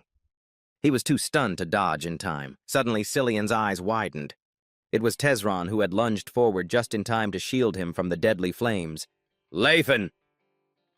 Using his aura, he deflected the enemy's flames. Tessron spoke with an imposing air. My apologies. My carelessness kept me from arriving sooner. The enemy's power was truly something to be wary of. Tessron wondered to himself, do I even stand a chance against the Grell beast? To be honest, I'm curious myself about the current limits of this body. Can its martial arts skills really hold up against that monster? If I were still a mage, I would have stayed far away from such a reckless gamble. But now, I'm a warrior. The mere thought of facing a powerful opponent sends a thrill through me. It's a feeling I never had in my past life. Perhaps I've truly become a martial artist. My master would be so proud. He always taught me in an uncertain situation throw the first punch. Focusing his energy, Tezron quickly threw his fist. He deftly avoided a counterattack from the Grellbeast. A glancing blow to his shoulder made Tezron realize something a steel sword can't pierce this body, but a magic sword probably could. Before he could react, the Grellbeast raised its leg, preparing to kick. Tezron managed to brace himself against its attack. His entire body was sent flying backward. "Leifin!" Cillian screamed frantically. Tezron rose like a god. "I'm all right." Cillian was truly in awe of his spirit. My god. Is that the power of a Kai user? Tezron casually stretched his limbs. If I'd held on just a little longer, I could have found an opening to counterattack. Blocking has practically become a reflex after so many training matches with Master Gerard. I guess it's time to sharpen my skill. Suddenly, the Grellbeast roared in some unknown language. Tezron paid it no mind. "I have no idea what you're saying, but bring it on." And so the two of them rushed at each other, trading frantic blows. The evenly matched battle made Stefan realize with a start. That's key. How could someone like him, a no-name with no background, awaken his ki while I, a nobleman, cannot? What the hell is going on? This can't be real. Having found a worthy opponent, the Grellbeast let out a thunderous, furious roar. Stefan wondered in a panic, who in the world is he? Where did he come from? Just who is that monster? The frenzied Grellbeast swung its sword down, but Tezron easily dodged to the side. The ground beneath his feet cracked from the force of its blow. As I exchanged blows with the Grellbeast, I was surprised by how effective my previous training was. Its attacks are so simple and predictable. His punch slammed unforgivingly into its sword arm. The sickening crunch of breaking bone echoed through the air. The Ruins Guardian doesn't fall even when grievously wounded. The Ruins will continuously channel mana to heal its wounds. It opened its massive maw, wanting to gather power for a huge blast of fire to incinerate the insolent bastard who dared to hurt at Tezron. Just before the blast of fire reached him, he dashed forward and easily dodged it. He leapt up, grabbing onto its arm, and thought, "Time to practice some joint locks. This is aerial combat practice. And this is striking practice. This thing really is the most perfect punching bag in the world." Before everyone's eyes, Tezron was like a machine of destruction beating the Grellbeast until it had no strength left to fight back. Feeling everyone's eyes on me, I glanced over and thought, however, I can't enjoy this forever. Should I use the World Ender Horn to finish it in one blow? No, doing that would probably bring this whole place down and we'd all be buried alive. These guys are just getting in the way. Just then, Todd shouted a reminder, "Use your sword, Lepin. If we cast a holy spell on your aura-infused sword, you can finish it," Tezron thought irritably. "You think I don't know that?" While fending off the Grellbeast's attacks, he said, "I don't know how to infuse a weapon with aura." Todd asked in disbelief, "What, you don't know how?" Seeing his incredulous look, Tezron felt both embarrassed and annoyed. "I only know how to channel aura within my body." Todd was still in disbelief. "No way." Tezron cut him off, annoyed. "That's how my school trains got it." Just then Cillian called out to him, "Lepin." Getting called out by one person after another in the middle of a fight, he snapped his head around and glared, thinking, "What now?" Cillian ignored the ferocity in his eyes and asked, "Your body is pretty tough, right?" Though he didn't understand why he was asking, he still answered, "Tough? Well, it's pretty solid." He saw the other man light up with excitement and exclaim, "Good. I will cast Phila's blessing. I will grant you the blessing of Philinance." "Oh, great, Philinance, please bless this sword in the name of the goddess." Tezron's pearly white teeth clenched with a sharp click. Having received his blessing, Tezron's strength now approached the peak of humanity. He grabbed the Grellbeast's arms and, gritting his teeth, hoisted it into the air. With pure, unadulterated strength, he effortlessly threw it straight up. Its body slammed helplessly into the ceiling. Tezron looked back at Cillian in disbelief. "This is Holy Strike, a holy spell for melee weapons. Did he just cast a spell meant for metal on a living person?" Seeing that the beast was beaten half to death from being thrown, he became incredibly excited. "It worked. Hurry up and punch that damn demon to death." Seeing the beautiful maiden-like face spewing such venomous words, Tezron couldn't help but think, so aggressive, but with such a pretty face. Let's end this quickly. He swung his leg up in an overhead kick, smashing it straight into its throat. Holy kick. Holy knee. Veins bulged on his face. His fist tightened, muscles bulging as he prepared his thunderous punch. With this world-shaking punch, the Grell Beast's entire body was sent flying.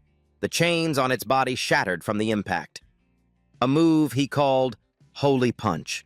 At this point, it could only roar in pain, fear, and utter despair. A thunderous explosion rang out. And just like that, Tezron had smashed it to pieces with a single punch. Cillian stared, stunned at the brutal scene. In his eyes, Tezron had become a true man. The disdain in Cillian's eyes was gone, replaced by a pink haze of infatuated admiration for his masculine power. The complex patterns on the ceiling began to glow. Then they suddenly flickered and vanished.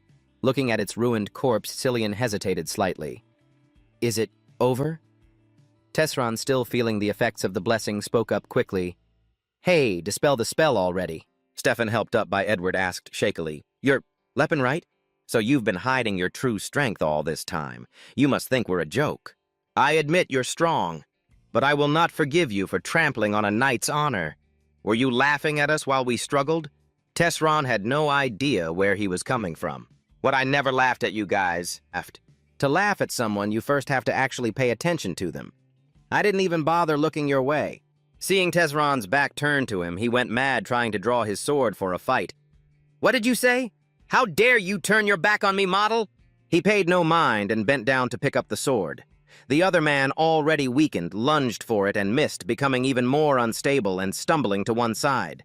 When he stood up, he saw the man in the middle of a fall and looked on confused. In the end, Stefan just rolled down the slope like a log, much to Tezron's bewilderment. Both embarrassed and angry, he sat up and questioned him furiously. How dare you dodge my sword? Tezron couldn't understand the man's crazy behavior. He offered the sword his tone like he was placating a small child. Hey, I never laughed at you, so get up and take this. Isn't this what you all were making such a fuss about? Edward, now quite displeased by the man's foolish actions, gave him a mocking look and then announced to everyone, he shows no greed even when faced with such a rare and valuable item. This is a true warrior. Stefan could barely endure the humiliation. Damn it! Hearing that, he just scoffed to himself. Greed, please. This is just a second-rate weapon compared to the ones I used to make in my past life. I even mass-produced them. Here, take this, and this one is yours. Seeing that things were settled, Tezron ushered everyone toward the exit. We should head back now. There's nothing left for you here, right? The old man, now looking at him with new eyes, laughed heartily and replied, Yes, let's go home. Only Stefan remained consumed by his hatred. Cattle Village. After returning to the village, Cillian began going from house to house, treating each of the sick villagers one by one. He watched this phony act and scoffed inwardly. First he heals people, now he's handing out gold to the villagers. He sure knows how to win people over. And considering the reputation the Philinance Church is getting because of him, it's incredibly good publicity for a very low cost. Meanwhile, Stefan's group had already set out, leaving the village. He gave the order with a blank expression. Lord Edward, I need you to investigate that young man named Leppin. The old man smiled brightly and replied, I thought as much. I knew someone with his abilities would catch your eye, my lord. Hearing that, the jealousy inside him flared up uncontrollably. There's no way he's better than me. At that moment, Tezron also began to leave the village. Looking at the road ahead, he said aloud to himself, All right, it's time to go see Cirrus. Hey, by the way, why do you keep following me? Cillian, embarrassed, tried to think of a reasonable explanation. Have you heard of pilgrim monks? They spread the goddess's blessings while also caring for her followers. I have, Tezron replied nonchalantly. It's called a pilgrimage, and most of them die along the way. As if he'd found his reason, the boy said, I was planning to return to the church, but now I've decided to walk the path of a pilgrim monk. And if it's possible, I want to travel with the strongest person I've ever met. In a certain mansion. An angry voice echoed down the hallway. Did you even train it properly? Seeing the man's anger, the butler quickly bowed low. My apologies, young Master Vere. I did my best. Cirrus's attitude made him unable to control his anger. He yelled, A spirit is supposed to be loyal to its master, offering both body and heart, isn't that right? Verret heir to the Karen Guild. No wonder she was so cheap. A demon-slaying spirit, all right. Why is she so arrogant? She's just a spirit. Hearing him insult her, she spoke softly in explanation. I was born this way. Her nonchalant attitude only made him more furious. Those eyes, they need to be dealt with. Cirrus, completely unconcerned, retorted, My eyes have always been this way. Verret was driven mad by her talking back to everything he said. He screamed, demanding to send her back. Butler, we need to buy a better one. I don't care how much it costs. I bought this one because it was cheap. Who knew it'd be defective? Take her back. At Elvenheim, the traditional spirit slave auction of the Chitan Kingdom, a spirit known only as number 148 was being returned for the third time. At that moment, she had no idea that Tezron, the one who would save her, had already begun his journey to see her again. The Chitan Kingdom is a merchant nation located on the northern edge of the continent. Possessing a strategic position bordering many nations, the country has become increasingly prosperous, benefiting from the bustling trade routes along the Juran River. And we have arrived at the kingdom's capital, Jeplin, the bustling heart of the nation. Just as the information suggested, this place is truly prosperous and bustling. The streets are practically packed with people and merchants. Cillian was dazzled by the hustle and bustle. No wonder they call this the top merchant city on the continent. It's so lively. Tezron, with his wealth of knowledge, shared a fact about the place. I heard this entire city was founded by a rich merchant. He bought the land from the Graham Kingdom. That's why merchants are always favored here, and everything revolves around money. Cirrus is here. Cillian, with his small frame, could barely keep up with his pace. He had to shout from behind to remind him, Hey, can you slow down a bit? Are you trying to show off your long legs? Just then, a conversation caught his attention. In an alley, a man named Tarek was holding a wooden club and ordering his soldiers, Hold him tight. The bald man kneeling on the ground was pleading continuously, Please, sir. Contempt and annoyance at being slighted flashed in the old man's eyes. How dare a beggar like you insult the Rolfine Guild, Tarek, head of the Rolfine Guild? I'll teach you some manners, you disgusting beggar. I'll hit you 30 times, and I'll give you 30 gold coins. This was the first time Cillian had ever seen such a violent act. His face flushed with anger. What did I just witness? Are you okay, sir? The old man, clutching his bloody head, answered in a small voice. Thank you. Seeing the injured man, he couldn't contain his anger. Who was that despicable man? Come on, let's find the guards. But seeing the gold coin on the ground, the man broke into a greedy and satisfied smile, stopping him. It's fine. With this much money, I can start a new life here. Cillian couldn't believe he would endure that just for money. What did you say? You did that just so that man would give you a gold coin? Tezron, who had seen many scenes like this, said, I told you, in this place money is everything. I've traveled a lot and I thought I understood the world, but I've never seen a place like this before. If you break the law, you get fined. As long as you can pay the fine, no one ever goes to jail. Cillian couldn't understand why he would come to such a filthy place. So what are you doing in a place like this, Lepin? Tezron answered hesitantly. I came to buy... Hearing that, he grew even more curious. Buy what? Thinking about what it meant to buy that here, Tezron's face beaded with sweat. I came to buy an elf. Cillian immediately gave him a disgusted look. In that case, I guess you're no different from those people. Tezron was frustrated but couldn't explain. I understand why you'd say that, but it's not what you think. Cillian didn't believe him at all, still asking with that look of disgust. Then what is it exactly? Thinking about his own identity, he decided to accept the crime the boy accused him of. I can't possibly tell him about my past life. All right, I'll just say you're right. After he admitted it, Cillian stopped calling him Tezron and switched to calling him, Hey, man. Hearing that, he found it a bit funny. You say that as if I'm not a man. Cillian's face darkened as he replied, Am I wrong? In an alley in the city, the Rolfine crest is clearly visible.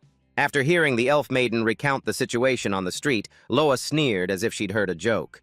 So someone's spreading rumors that the Rolfine Merchant Guild is exploiting street vendors with money. If they think it's unfair, they should go get rich themselves instead of whining on the streets.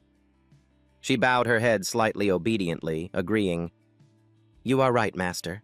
While enjoying the company of elves, Tarek spotted a familiar face. The old man called out a greeting. "Verret, long time no see!" Hearing that voice, the man froze his face, looking like he'd seen a ghost. "Tarek," seeing that the girl behind him was a different one, the old man asked, though he already knew the answer. "Bought a new elf assassin, have we, Verret? Where's the other one?" Though he hated the old man, Verret still had to force a smile. "Damn it, why did I have to run into this bastard? She wouldn't listen at all, so I returned her 2 weeks ago." Hearing the man admit he'd returned the goods, the old man burst out laughing with delight. "What? You can't even discipline a single elf slave? No wonder the Karen Merchant Guild still can't break into the kingdom's top 10 merchant guilds. Turns out it's because of an incompetent heir like you." Hearing the old man insult him, he couldn't take it anymore and retorted, "Hey, you think you could do it?" The old man said nothing, only staring at him with his cloudy, disgusting eyes. Clearly, she's been returned a few times before. That's why she was so cheap. I'd love to see the look on his face when I managed to discipline that little assassin. Looks like I'll have to pay a visit to Elvenheim, at a hotel on the outskirts of the city. Tesron was dumbfounded by the scene before him. "What in the world are you doing?" Cillian, dressed in workout clothes, was trying to do a push-up with all his might. "Can't you tell I'm exercising?" Looking at his arms and legs so thin they could be snapped, Tesron couldn't help but think he's so frail. It looks like he's trying really hard, but how come he doesn't have any muscles at all? Don't push yourself too hard. What if you get muscle aches for days? After managing one push-up, Cillian sat flat on the ground and replied, "It's fine, it won't affect our trip." Seeing the light emanating from him, Tesron finally understood what "won't affect" meant. Wait a minute. He was using a blessing on himself to dispel the fatigue, now showing it off with pride. "Look, if I just do this, I can relieve the muscle pain. Now I know why this kid has no muscles. The principle of healing magic is like reversing time. Muscles grow by being broken down and then regenerating, but if you use divine power on them, it's like returning them to their state before the workout. You idiot. Why would you undo all that hard work?" At this moment, Tesron could only look at him as if he were an idiot. He wasted 5 whole years. Being stared at like that, Cillian asked, confused, "What's wrong? What is it?" Seeing his innocent face, he could only swallow the words he was about to say. "It's nothing. Later I'll teach you a much more effective training method. By the way, isn't your long hair annoying when you exercise?" Grabbing his ponytail, he replied proudly, "Even if I cut it, my hair grows back quickly. Cool, right?" Tesron, who had figured it all out, thought sarcastically, "I wonder why that is. Anyway, I'm heading to the slave auction house now. I've gathered enough money by selling off those artifacts." Seeing him about to leave, Cillian hurried after him. "Wait for me. There are many different types of slaves on the market. Without a doubt, elves are always the most sought after. Their appearance fits human standards of beauty, which makes them much more valuable than orcs or dwarves. No wonder elf slaves are always much more expensive than other races. Elf assassin, 800 gold coins. Elf maiden, 400 gold coins. Young elf girl, 100 gold coins. Young elf boy, 30 gold coins. Orc gladiator, 10 gold coins. Orc slave, 5 gold coins. Orc infant, 4 to 5 gold coins. Male elves. No demand due to high suicide rates. The fact that elves live 4 times longer than humans also makes them popular. However, that means their childhood is also 4 times longer. There's even a famous joke about foolish merchants who ended up growing old and dying while still bottle-feeding an elf baby. Cillian looked at the room's interior, overwhelmed by its luxury. "I heard Elvenheim is a 300-year-old elf slave auction house." Tesron couldn't care less about that. Just hearing the auction house's name made a wave of disgust rise in his throat. "I can't believe they named a slave auction house after the elven paradise Elvenheim. What disgusting bastards." The boy didn't notice his look of disgust for this place and was still saying excitedly, "I've never been to an elf auction house before. Compared to the orc auction houses, this place seems to treat the elves more carefully." He sneered at Cillian's naivety. "It's meaningless. They're still treated as slaves. Do you really think this makes them happy?" The boy asked back, confused. "But didn't they live like wild creatures in the forest before? Wouldn't they be happier serving humans, since they'll never have to worry about hunger or death?" "That's right. That's what most humans think. No matter how strong you are, you can't change human perception. They'll only feel fear." Tesron's face darkened, a thought burning within him. I must build a new empire different from the one in my past life. It won't be the dark empire of a demon lord, but a nation for all other races. Just then the manager entered lightly, pulling back the curtain to introduce their merchandise. Sorry to have kept you waiting. These are the finest assassins at Elvenheim. Cillian was nearly blinded by their beauty, having to cover his eyes tightly. The manager saw his action and his small frame and misunderstood, joking, "Is this a bit much for our little lady?" Cillian couldn't believe how open this place was. Why would that guy bring a little girl here? Seeing them put on display like merchandise, Tezran felt a deep sorrow. To think that the dryads of the Green Forest descendants of the Great Spirits have been reduced to this. "Do you have any elf assassins with darker skin?" Hearing that, the manager showed a knowing look. "Ah, now I understand your tastes, sir. So you don't fancy these elves?" Seeing Cillian's gaze turn to one of horror, he started sweating, wanting to explain, "No, that's not it." As if in disbelief, the boy questioned him. "Weren't you just complaining about the elf-slave system a moment ago, and now you're telling him your preferences?" Seeing that he had his own standards, the manager offered to take him to choose. "I think we have an elf assassin that fits your requirements. Why don't you come with me and have a look?" In the hallway, only the sound of heels echoed. Tezran seemed to glance around distractedly. As they passed a group of elf maidens contorting themselves in practice, the manager explained in a soft voice, "Here at Elvenheim, we always keep our elves in constant training. We have been developing various types of products using our unique training methods, and we always feed them fresh fruits, vegetables, and nuts. Elves raised on high-quality food develop a pleasant scent.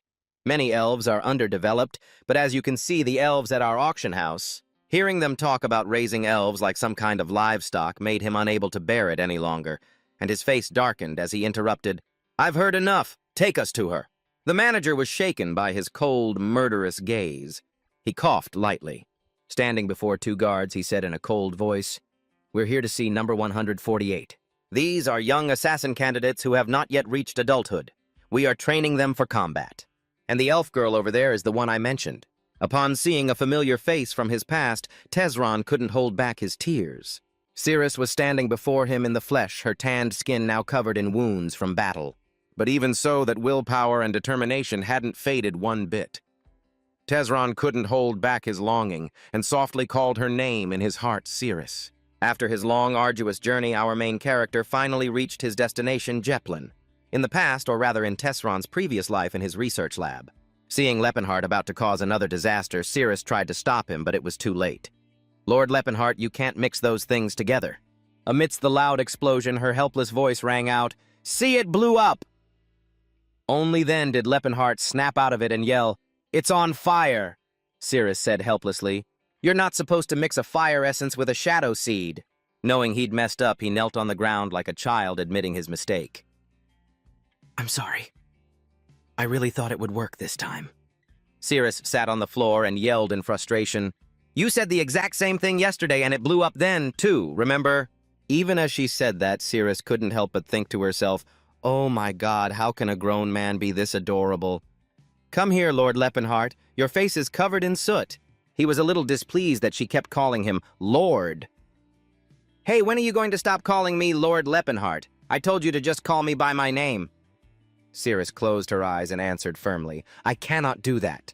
Her firmness confused him. "Why not?" The scene shifts abruptly. Now everything is engulfed in massive flames with thick smoke billowing high into the sky. Leppenhart stood up high, looking out at the world below. The companions who once journeyed with him were now kneeling in reverence. Maitland kept his head bowed, his voice choked with emotion as he bid farewell to his friend. "I must take my leave, Your Majesty." Leppenhart, now at the end of his rope, turned his head slightly and tried to lighten the mood with a joking tone. "Atilka Macalin Cirrus. Why the long faces? You all look like you're staring at a dying man. The entire continent has united, mobilizing millions of troops to destroy the Demon King. That is likely all the military power they have. I don't know how they plan to deal with the aftermath. Are they planning to ruin an entire nation for a single battle? It just goes to show they can no longer tolerate our existence, Your Majesty." Macklin stood up reluctant to leave and asked, "Are you sure you can't come with us?" He answered firmly, "I will stay behind in Gyrock so that you all have a chance to escape." "I'm sorry, Alport. As a god, he went through so much trouble to give me the seal, but I failed. He retorted, "It wasn't a seal, it was a prophecy." Seeing him try to argue, he just chuckled softly. Same difference. The one who holds the essence of chaos and overcomes destruction after defeating the evil one. Follow him. He will be the one to face destiny and bring salvation. Recalling that prophecy, Leppenhart found it ridiculous. I was so confused when I first heard it. I destroyed almost the entire temple, but instead of getting angry, those dwarves flocked to praise me as their savior. I couldn't understand what was happening anymore. Allport bowed his head slightly and offered a prayer. "May the blessings of Allport watch over and protect you until we meet again." Leppenhart, knowing it was impossible, still said, "I hope so too. Take care, Macklin. And you too, Tassid and Atlika. Cirrus, it's time for you to go as well." Before leaving, she said softly, "I will wait for you, Lord Leppenhart." Looking at Cirrus, Leppenhart, though unwilling to part, still instructed her, "You never know what fate has in store. If something happens to me, you must find someone new and—" But Cirrus just cut him off. "I will wait for you, no matter what happens." He knew his life was fading, but things aren't looking. Cirrus didn't want to hear it. She repeated angrily, "No matter what happens." Their eyes met in a silent confrontation. In the end, Leppenhart had to yield to her. He gently pulled her into an embrace and gave her a farewell kiss. Returning to the present, watching Cirrus fight the guards, the manager explained with some hesitation, "To be honest, sir, I'm a bit reluctant to introduce her to you. This one is defective merchandise. She's been returned 3 times because she can't be tamed. Despite her good skills, that personality of hers devalues her. And getting rid of an elf isn't easy, you know. We use her to help the other elves develop their combat skills. After all, to raise an elf to be an assassin, they need to accumulate real killing experience. Do you still wish to purchase that girl?" Tesrin replied without a moment's hesitation. "Of course." Seeing him agree to the purchase, the manager grinned slyly. "I knew it. This guy has some unique tastes. You never know what these perverts want. I can probably raise the price by 100 gold coins. Sir, the total will be 300 gold coins." Cillian seemed surprised to hear that. "Only 300 gold coins? That's cheap." The manager replied with a sorrowful expression. "Because she isn't good merchandise. I don't even know if it's okay to be selling her to you." At that moment, Cirrus was brought over. She looked at Tesron carefully. "You must be my new master." Looking at her tattered clothes and wounded body, he thought with a pang of heartache, "It seems she's suffered far too much." Seeing her body covered in wounds, the manager spoke up solicitously. "Would you like me to call a priest, sir? We can remove her scars." Tesron refused and looked toward Cillian. "No need. Silent, can you heal her? You must be cold. We should go buy some clothes first. For now, wear this. You don't have a name, do you?" Her face devoid of emotion, she answered honestly, "I do not." Tesron spoke gently in her ear. "Cirrus, can you hear me?" She showed neither like nor dislike, simply accepting. "Yes, sir." Seeing her somewhat indifferent attitude, he thought she might not like it and asked, "What do you think? Do you like the name?" She closed her eyes, accepting it. "I am Cirrus. I will remember this name." Seeing she didn't object, Tesron's movements became even gentler as he wrapped the scarf around her neck. "Well then, from now on, you will be Cirrus Valencia." This confused her. "A slave doesn't need a family name, right, master?" "No," he said, his voice firm. "You must have one." Tesrin didn't use the name of his current body, but the name from his previous life. "I am Leppenhart, and this is Silen. He is a priest of the Philanence order." Cirrus simply looked at them and replied, "Understood." At the auction house. When the manager heard Tarek's request, he asked in astonishment, "Sir, you wanted number 148 correct. She's already been sold." The old man's face darkened upon hearing the news. "What?" The manager tried to suppress his fear and answered, "She was sold about an hour ago." A wicked thought made him immediately think of the most likely culprit, Vere. Could Verate have discovered my plan and bought her back? The manager shrugged and refuted, "No, the buyer wasn't Lord Verate. It was a young man I've never seen around here before." Tarek was surprised it wasn't him. "What's his name?" The manager was in a difficult position. "He paid in cash, so I didn't record his information." This made the old man suspicious. Who in this town would carry enough cash to buy an assassin on the spot? The manager quickly explained. The assassin you're looking for was a defective model, so I sold her to him for a very cheap price. Though annoyed, the old man held back his anger and asked the manager for his description. Well, then at least tell me what he looks like. The manager recalled and gave a simple description. He's very tall and large. You'll recognize him the moment you see him. Tesron, not yet aware that he was being sought after, was currently frowning in deep thought, staring at something. Her round bottom was hugged by short shorts and her honey thighs were covered by thigh-high boots. What a perfect figure. Cirrus stepped out in her lovely new clothes. Although Tesron was a little dissatisfied with the outfit because it was cheap, he was still pleased with the view it offered. I know it's not perfect, but wear this for now. I'll find you something better later. Aren't you hungry? Cirrus replied meekly. As you wish, master. Seeing that she was still so formal with him, Tesron said with a sense of helplessness, Don't treat me as your master. Hearing this, Cirrus thought he was displeased with her. Do you want to return me? Tesron panicked and tried to explain, No, that's not what I meant. His kindness and consideration confused Cirrus. What's wrong with this man? First, he offers me his coat as if showing off, and then he gives me these expensive clothes. He treats me as if I were an ordinary woman. Noticing her scrutinizing gaze, he could only force an excuse. I just want you to treat me as a traveling companion and a comrade in arms. So could you call me by my name instead of master? But this didn't lessen her wariness. Is this the type of person he is? He's just a pervert obsessed with adventure stories. I guess he wants to pretend to be a warrior traveling with a swordswoman. Very well, from now on I will call you Sir Leppenheart. Humans, they're all the same. Watching Cirrus and Cillian eat with their cheeks puffed out like two little chipmunks, Tesron cheerfully explained the restaurant's history. Ledantis's Grace is the most famous restaurant in Jeplin. They believe that providing food in the name of Ledantis, the goddess of land and prosperity, is the proper way to serve her. Hearing that, Cillian asked with his mouth full, mumbling, So isn't all of this free then? Tesron glanced at him and said, Does your Philinen's order also do business in beauty? Taken aback, Cillian corrected him a little displeased. That is what we, the servants of the goddess of love and beauty, must do, and it does not go against our doctrine. Tesron acted surprised. Really, I heard you make quite a bit of money doing those things. Cillian answered, slightly flustered. Yes, that is true. After talking with him, Tesron gently glanced over at Cirrus, who was burying her head in her food. Startled by his gaze, she froze. Then she reluctantly put down her fork. Unaware, Tesron thought she stopped eating because she didn't like the place. She doesn't like this place either. We used to come here every year to celebrate our first meeting. In my next life, I met Cirrus as her savior. But in this life, I met Cirrus as her buyer. There's a big difference between a seller and a buyer. Perhaps I came too soon. Even so, Tesron didn't want to overthink it. He was quite satisfied with the current situation. At the very least, his early appearance had lessened some of the suffering she had to endure.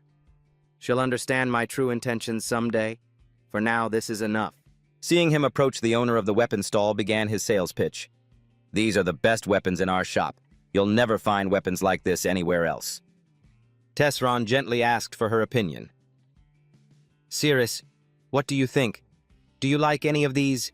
Seeing her pick a sword, Tesron commented casually. A light sword, huh? I thought you used a dagger. The fact that he knew this made her wary. Wait, how did he know that? Seeing her face darken with suspicion as she looked at him, Tesron felt a pang of regret. Damn, I slipped up. Miraculously, Cillian spoke up at that moment, saving Tesron from the awkward situation. Amazing. They say true masters can tell what weapon someone uses just by looking at their hands. In the end, a dagger was fastened to her hip. Cillian's excited voice rang out. I never thought I'd get a weapon made of silver steel. I've only ever admired these things. Tesron gave him a strange look. Of course. But how often does a priest even need to use a weapon? Sensing someone watching him, he stopped in his tracks and glanced over at the person who had come for him. In the small alley, Romad appeared with his soldiers staring intently at him. He then led the way out of the alley and spoke with a cold expression. Sir, we'd like to have a word with you. Their sudden appearance made Tesron realize this group had come with ill intentions. His face darkened.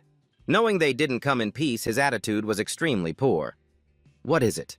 Romad was annoyed by his arrogant attitude. His face was ice cold as he replied, "A certain gentleman wants that elf girl." Even hearing this, Cirrus showed no reaction, merely staring at him. Hearing this, Tesron grew even more annoyed, which was evident from his facial muscles and his yellow eyes. "So what?" He presented a letter bearing Tarek's seal. His posture was polite, but his tone allowed no refusal. "Sell that slave. We will compensate you handsomely. If you wish, you can exchange her for a higher quality elf slave. You can check this IOU first." Of course, Tesron would never give up Cirrus. He flatly refused, "I'm not interested." Romad asked again in disbelief, "Are you refusing our offer?" He calmly repeated, "That's right." This stubbornness made him lose his patience.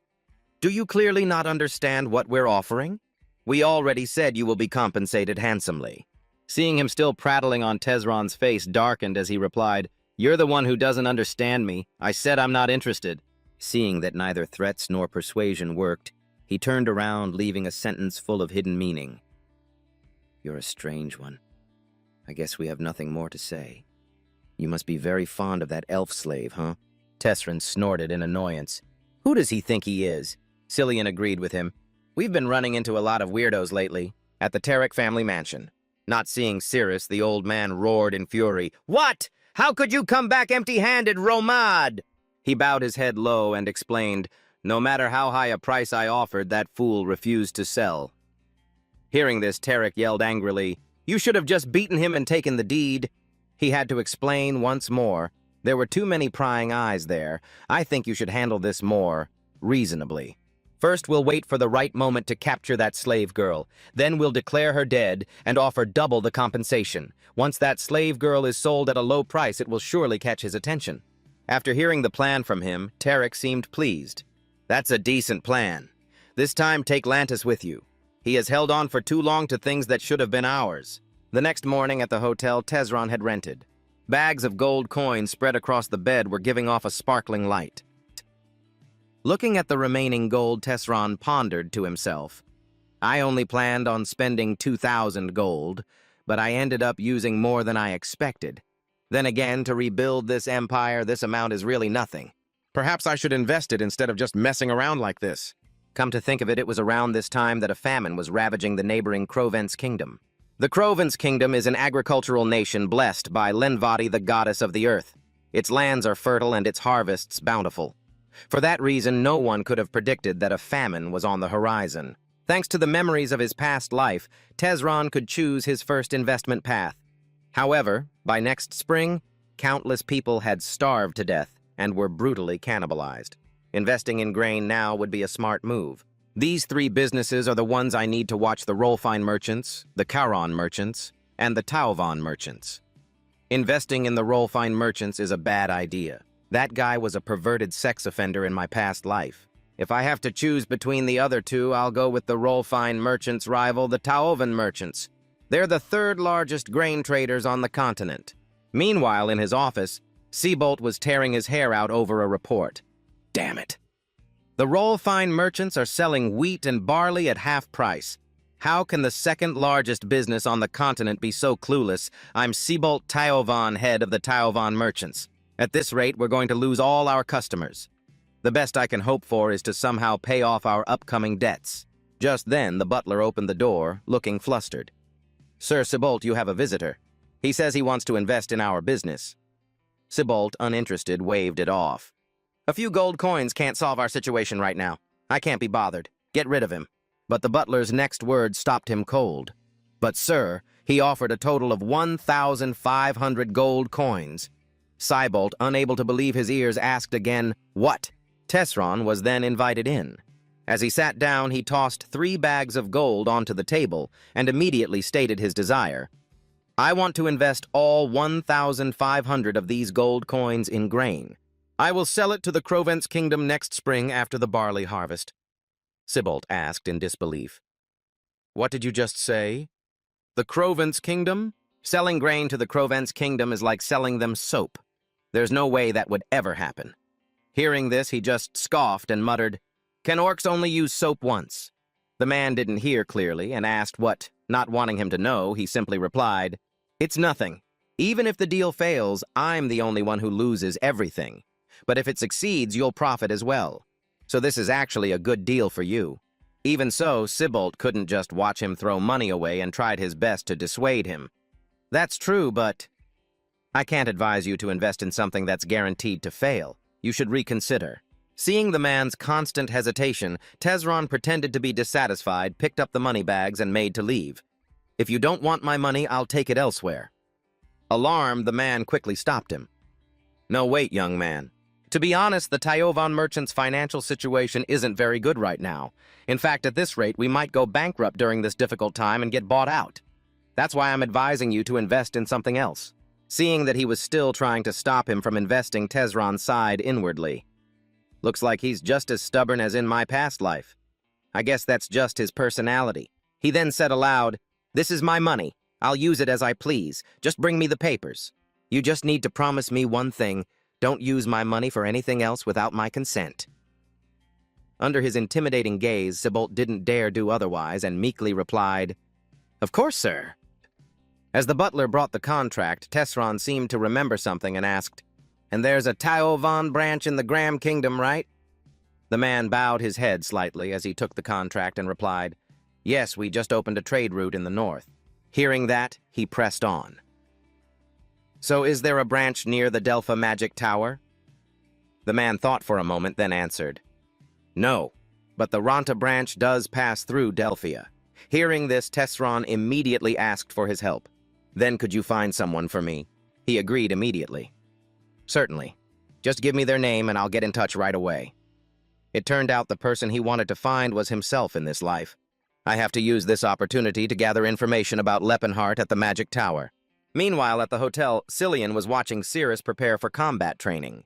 She swung the broadsword in her hand lightly as if testing its handling. Once she was comfortable with it, she launched into her sword practice. Her standard movements combined with her stunning figure made it impossible to look away. During her practice, old memories flooded Cirrus's mind. A gentle voice seemed to echo in her ear. "We are the High Elves, once the protectors of the Green Forest. All elves lived eternal lives in happiness under the blessing of the world tree Elvenheim. All animals were our friends, and every plant provided us with endless food. Though we were pushed to this state by humans, the great goddess Elia will one day guide us back to paradise. We are the descendants of the great elf maiden. My dear daughter, you must not forget our pride." In the blazing fire, a young Cirrus could only stand and watch, helpless. An elven matron looked down at her coldly and lectured, "You are very beautiful, so you'll have a chance to be sold to a good place. You should start learning how to love and become a good elf." But even so, Cirrus was still beaten by those who bought her. The beatings with a wooden club and his ferocious face were seared into her memory. Being abandoned and left to starve became an almost daily occurrence. The other elves mocked her. The only thing that saved her was her own sword. Every adult had to take up a sword, and they all fought with pride and courage until the very end. That is why Cirrus loves her sword. When she wields it, she can recall the proud image of her parents. That was why in this moment she swung her sword with even more force, as if trying to meet her revered parents once more through this act. So much time had passed and her memories had faded, but there was still one thing she held deep in her heart. The gentle voice speaking in the elven tongue came to Cirrus's ear like a decree from on high. "My daughter, you must not forget our pride." After she finished her sword practice, Cillian, who was standing behind her, couldn't help but applaud. His face lit up as he looked at her with admiration. "That was amazing. How did you learn to move like that?" She didn't know how to explain and could only reply dryly, "You just have to train hard." Hearing this again, Cillian looked fed up. "That's what Leppen told me." Do all you warriors think the same way Cirrus hesitated before denying it? I don't think so. He didn't pay much attention and started shadowboxing. "Is this how you do it?" Just then a voice cut in. "There you are." A group of people entered, led by a man whose voice was familiar. It was Romad. He'd brought people to capture her. "Come with us, you elf. We're taking you to your true master." Facing the man with ill intentions, Cirrus showed no fear, calmly looking him straight in the eye. The entire space fell silent after he finished speaking. It was clear that in terms of numbers, Romad's side had the overwhelming advantage. But Cillian wasn't scared of him either. He pointed defiantly and shouted, "Hey, who the hell are you guys?" As if he couldn't understand them, Romad launched into a monologue. "Don't expect anyone to come save you. I've already made all the preparations to stop that from happening." Seeing him rambling on again, Cillian cut in. "Hey, we already told you she's not for sale, so why are you still causing a ruckus?" Being interrupted again, he could no longer hold back and raised his sword. "You insolent brat!" But Cirrus blocked it with her sword. Then she slid her blade in, finishing the loudmouth off with a single strike. His entire body collapsed forward, blood spraying from his neck like a fountain. Seeing their comrade fall, the enraged soldiers grabbed their swords and charged, trying to cut her down. With her nimble movements, Cirrus easily dodged the two closest idiots. Then she used her swordplay to finish them off one by one. Her movements were so fast they were dead before they even knew what happened. Romad never expected her to be this powerful. His expression gradually shifted to one of shock and apprehension. "You're just an elf slave." But she was far too strong. Cillian didn't just stand by and let Cirrus protect herself. He began to cast a spell chanting, "Pilanins, please unleash your wrath upon these sinners." But just before he could finish, Cirrus lunged and pulled him back. Something tore through the air, whizzing past him. If not for her, he would have been a goner for sure. The thing that whizzed by turned out to be a dagger, its tip embedding deep into a tree trunk with a dull thud. After throwing the dagger, Romad started running his mouth. Taking the life of a fledgling pilgrim is just too easy. Hearing this, Cillian couldn't contain his anger, his face flushing red with rage. "You bastard!" Cirrus quickly held him back, afraid he'd do something rash. "It's all right." Seeing her walk towards him, he called out worriedly, "Cirrus." Her hand tightened around the hilt of her sword. She reassured Cillian with a confident look, "Don't worry." Seeing her dare to point her sword at him, Romad's face flushed red with fury. He turned his head and called out coldly, "It's time for you to get to work, Talcata." Hearing the call, Talcata immediately stepped forward. "Yes, master." When Cillian saw the man's towering figure, his face grew pale with fear. "An orc warrior." He lowered his eyes to Cirrus and spoke coldly. "Talcata will now act. I will capture that elf. I am sorry, but this is your fate."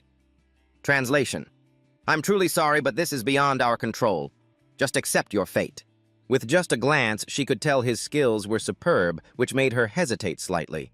He possesses abilities far beyond that of a human. "Can I really defeat him, asterisk?" Afraid he might kill her. Romad raised his voice to remind him, "Talcata, make sure she isn't harmed." The man charged forward with his large sword and replied confidently, "I will not hurt her. Talcata will only capture her." Seeing the tip of the blade rushing toward her, Cirrus quickly angled her own sword to block it.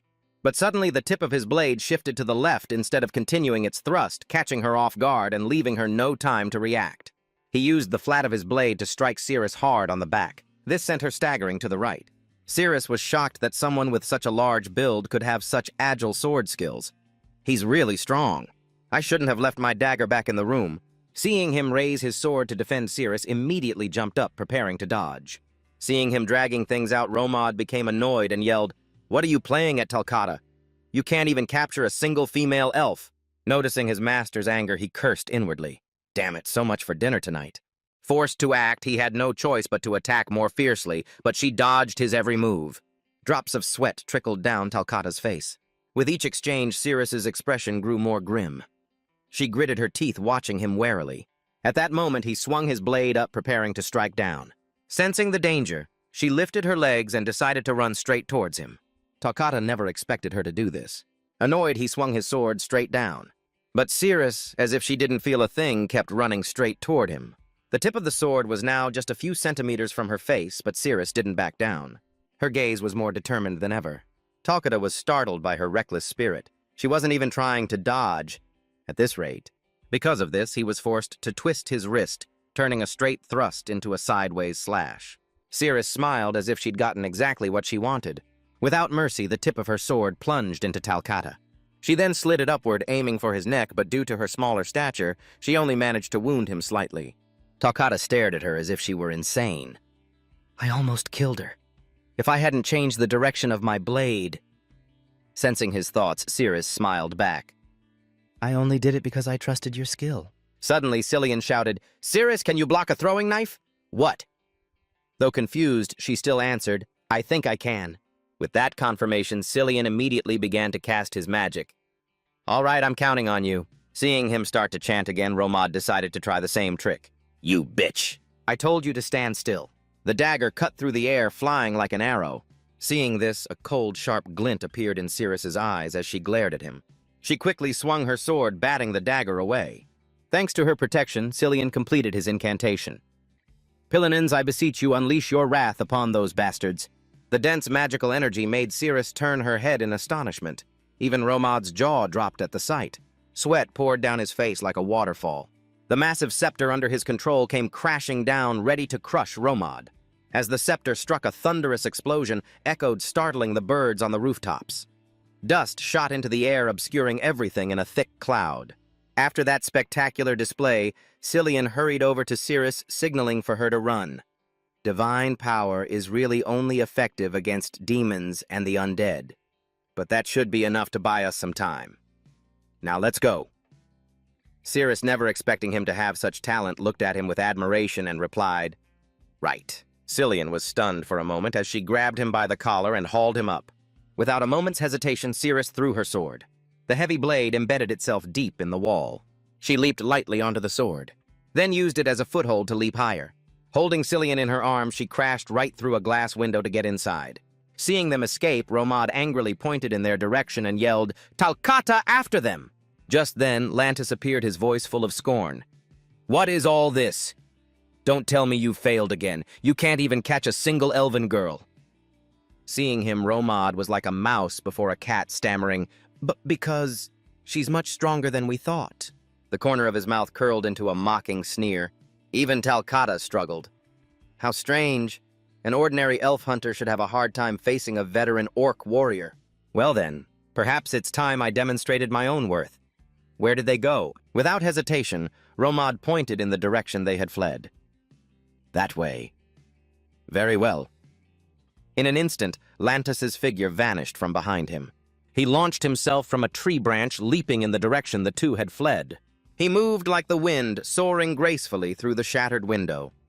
From below, all that could be seen was the flutter of his cloak, leaving Romad standing there dumbfounded.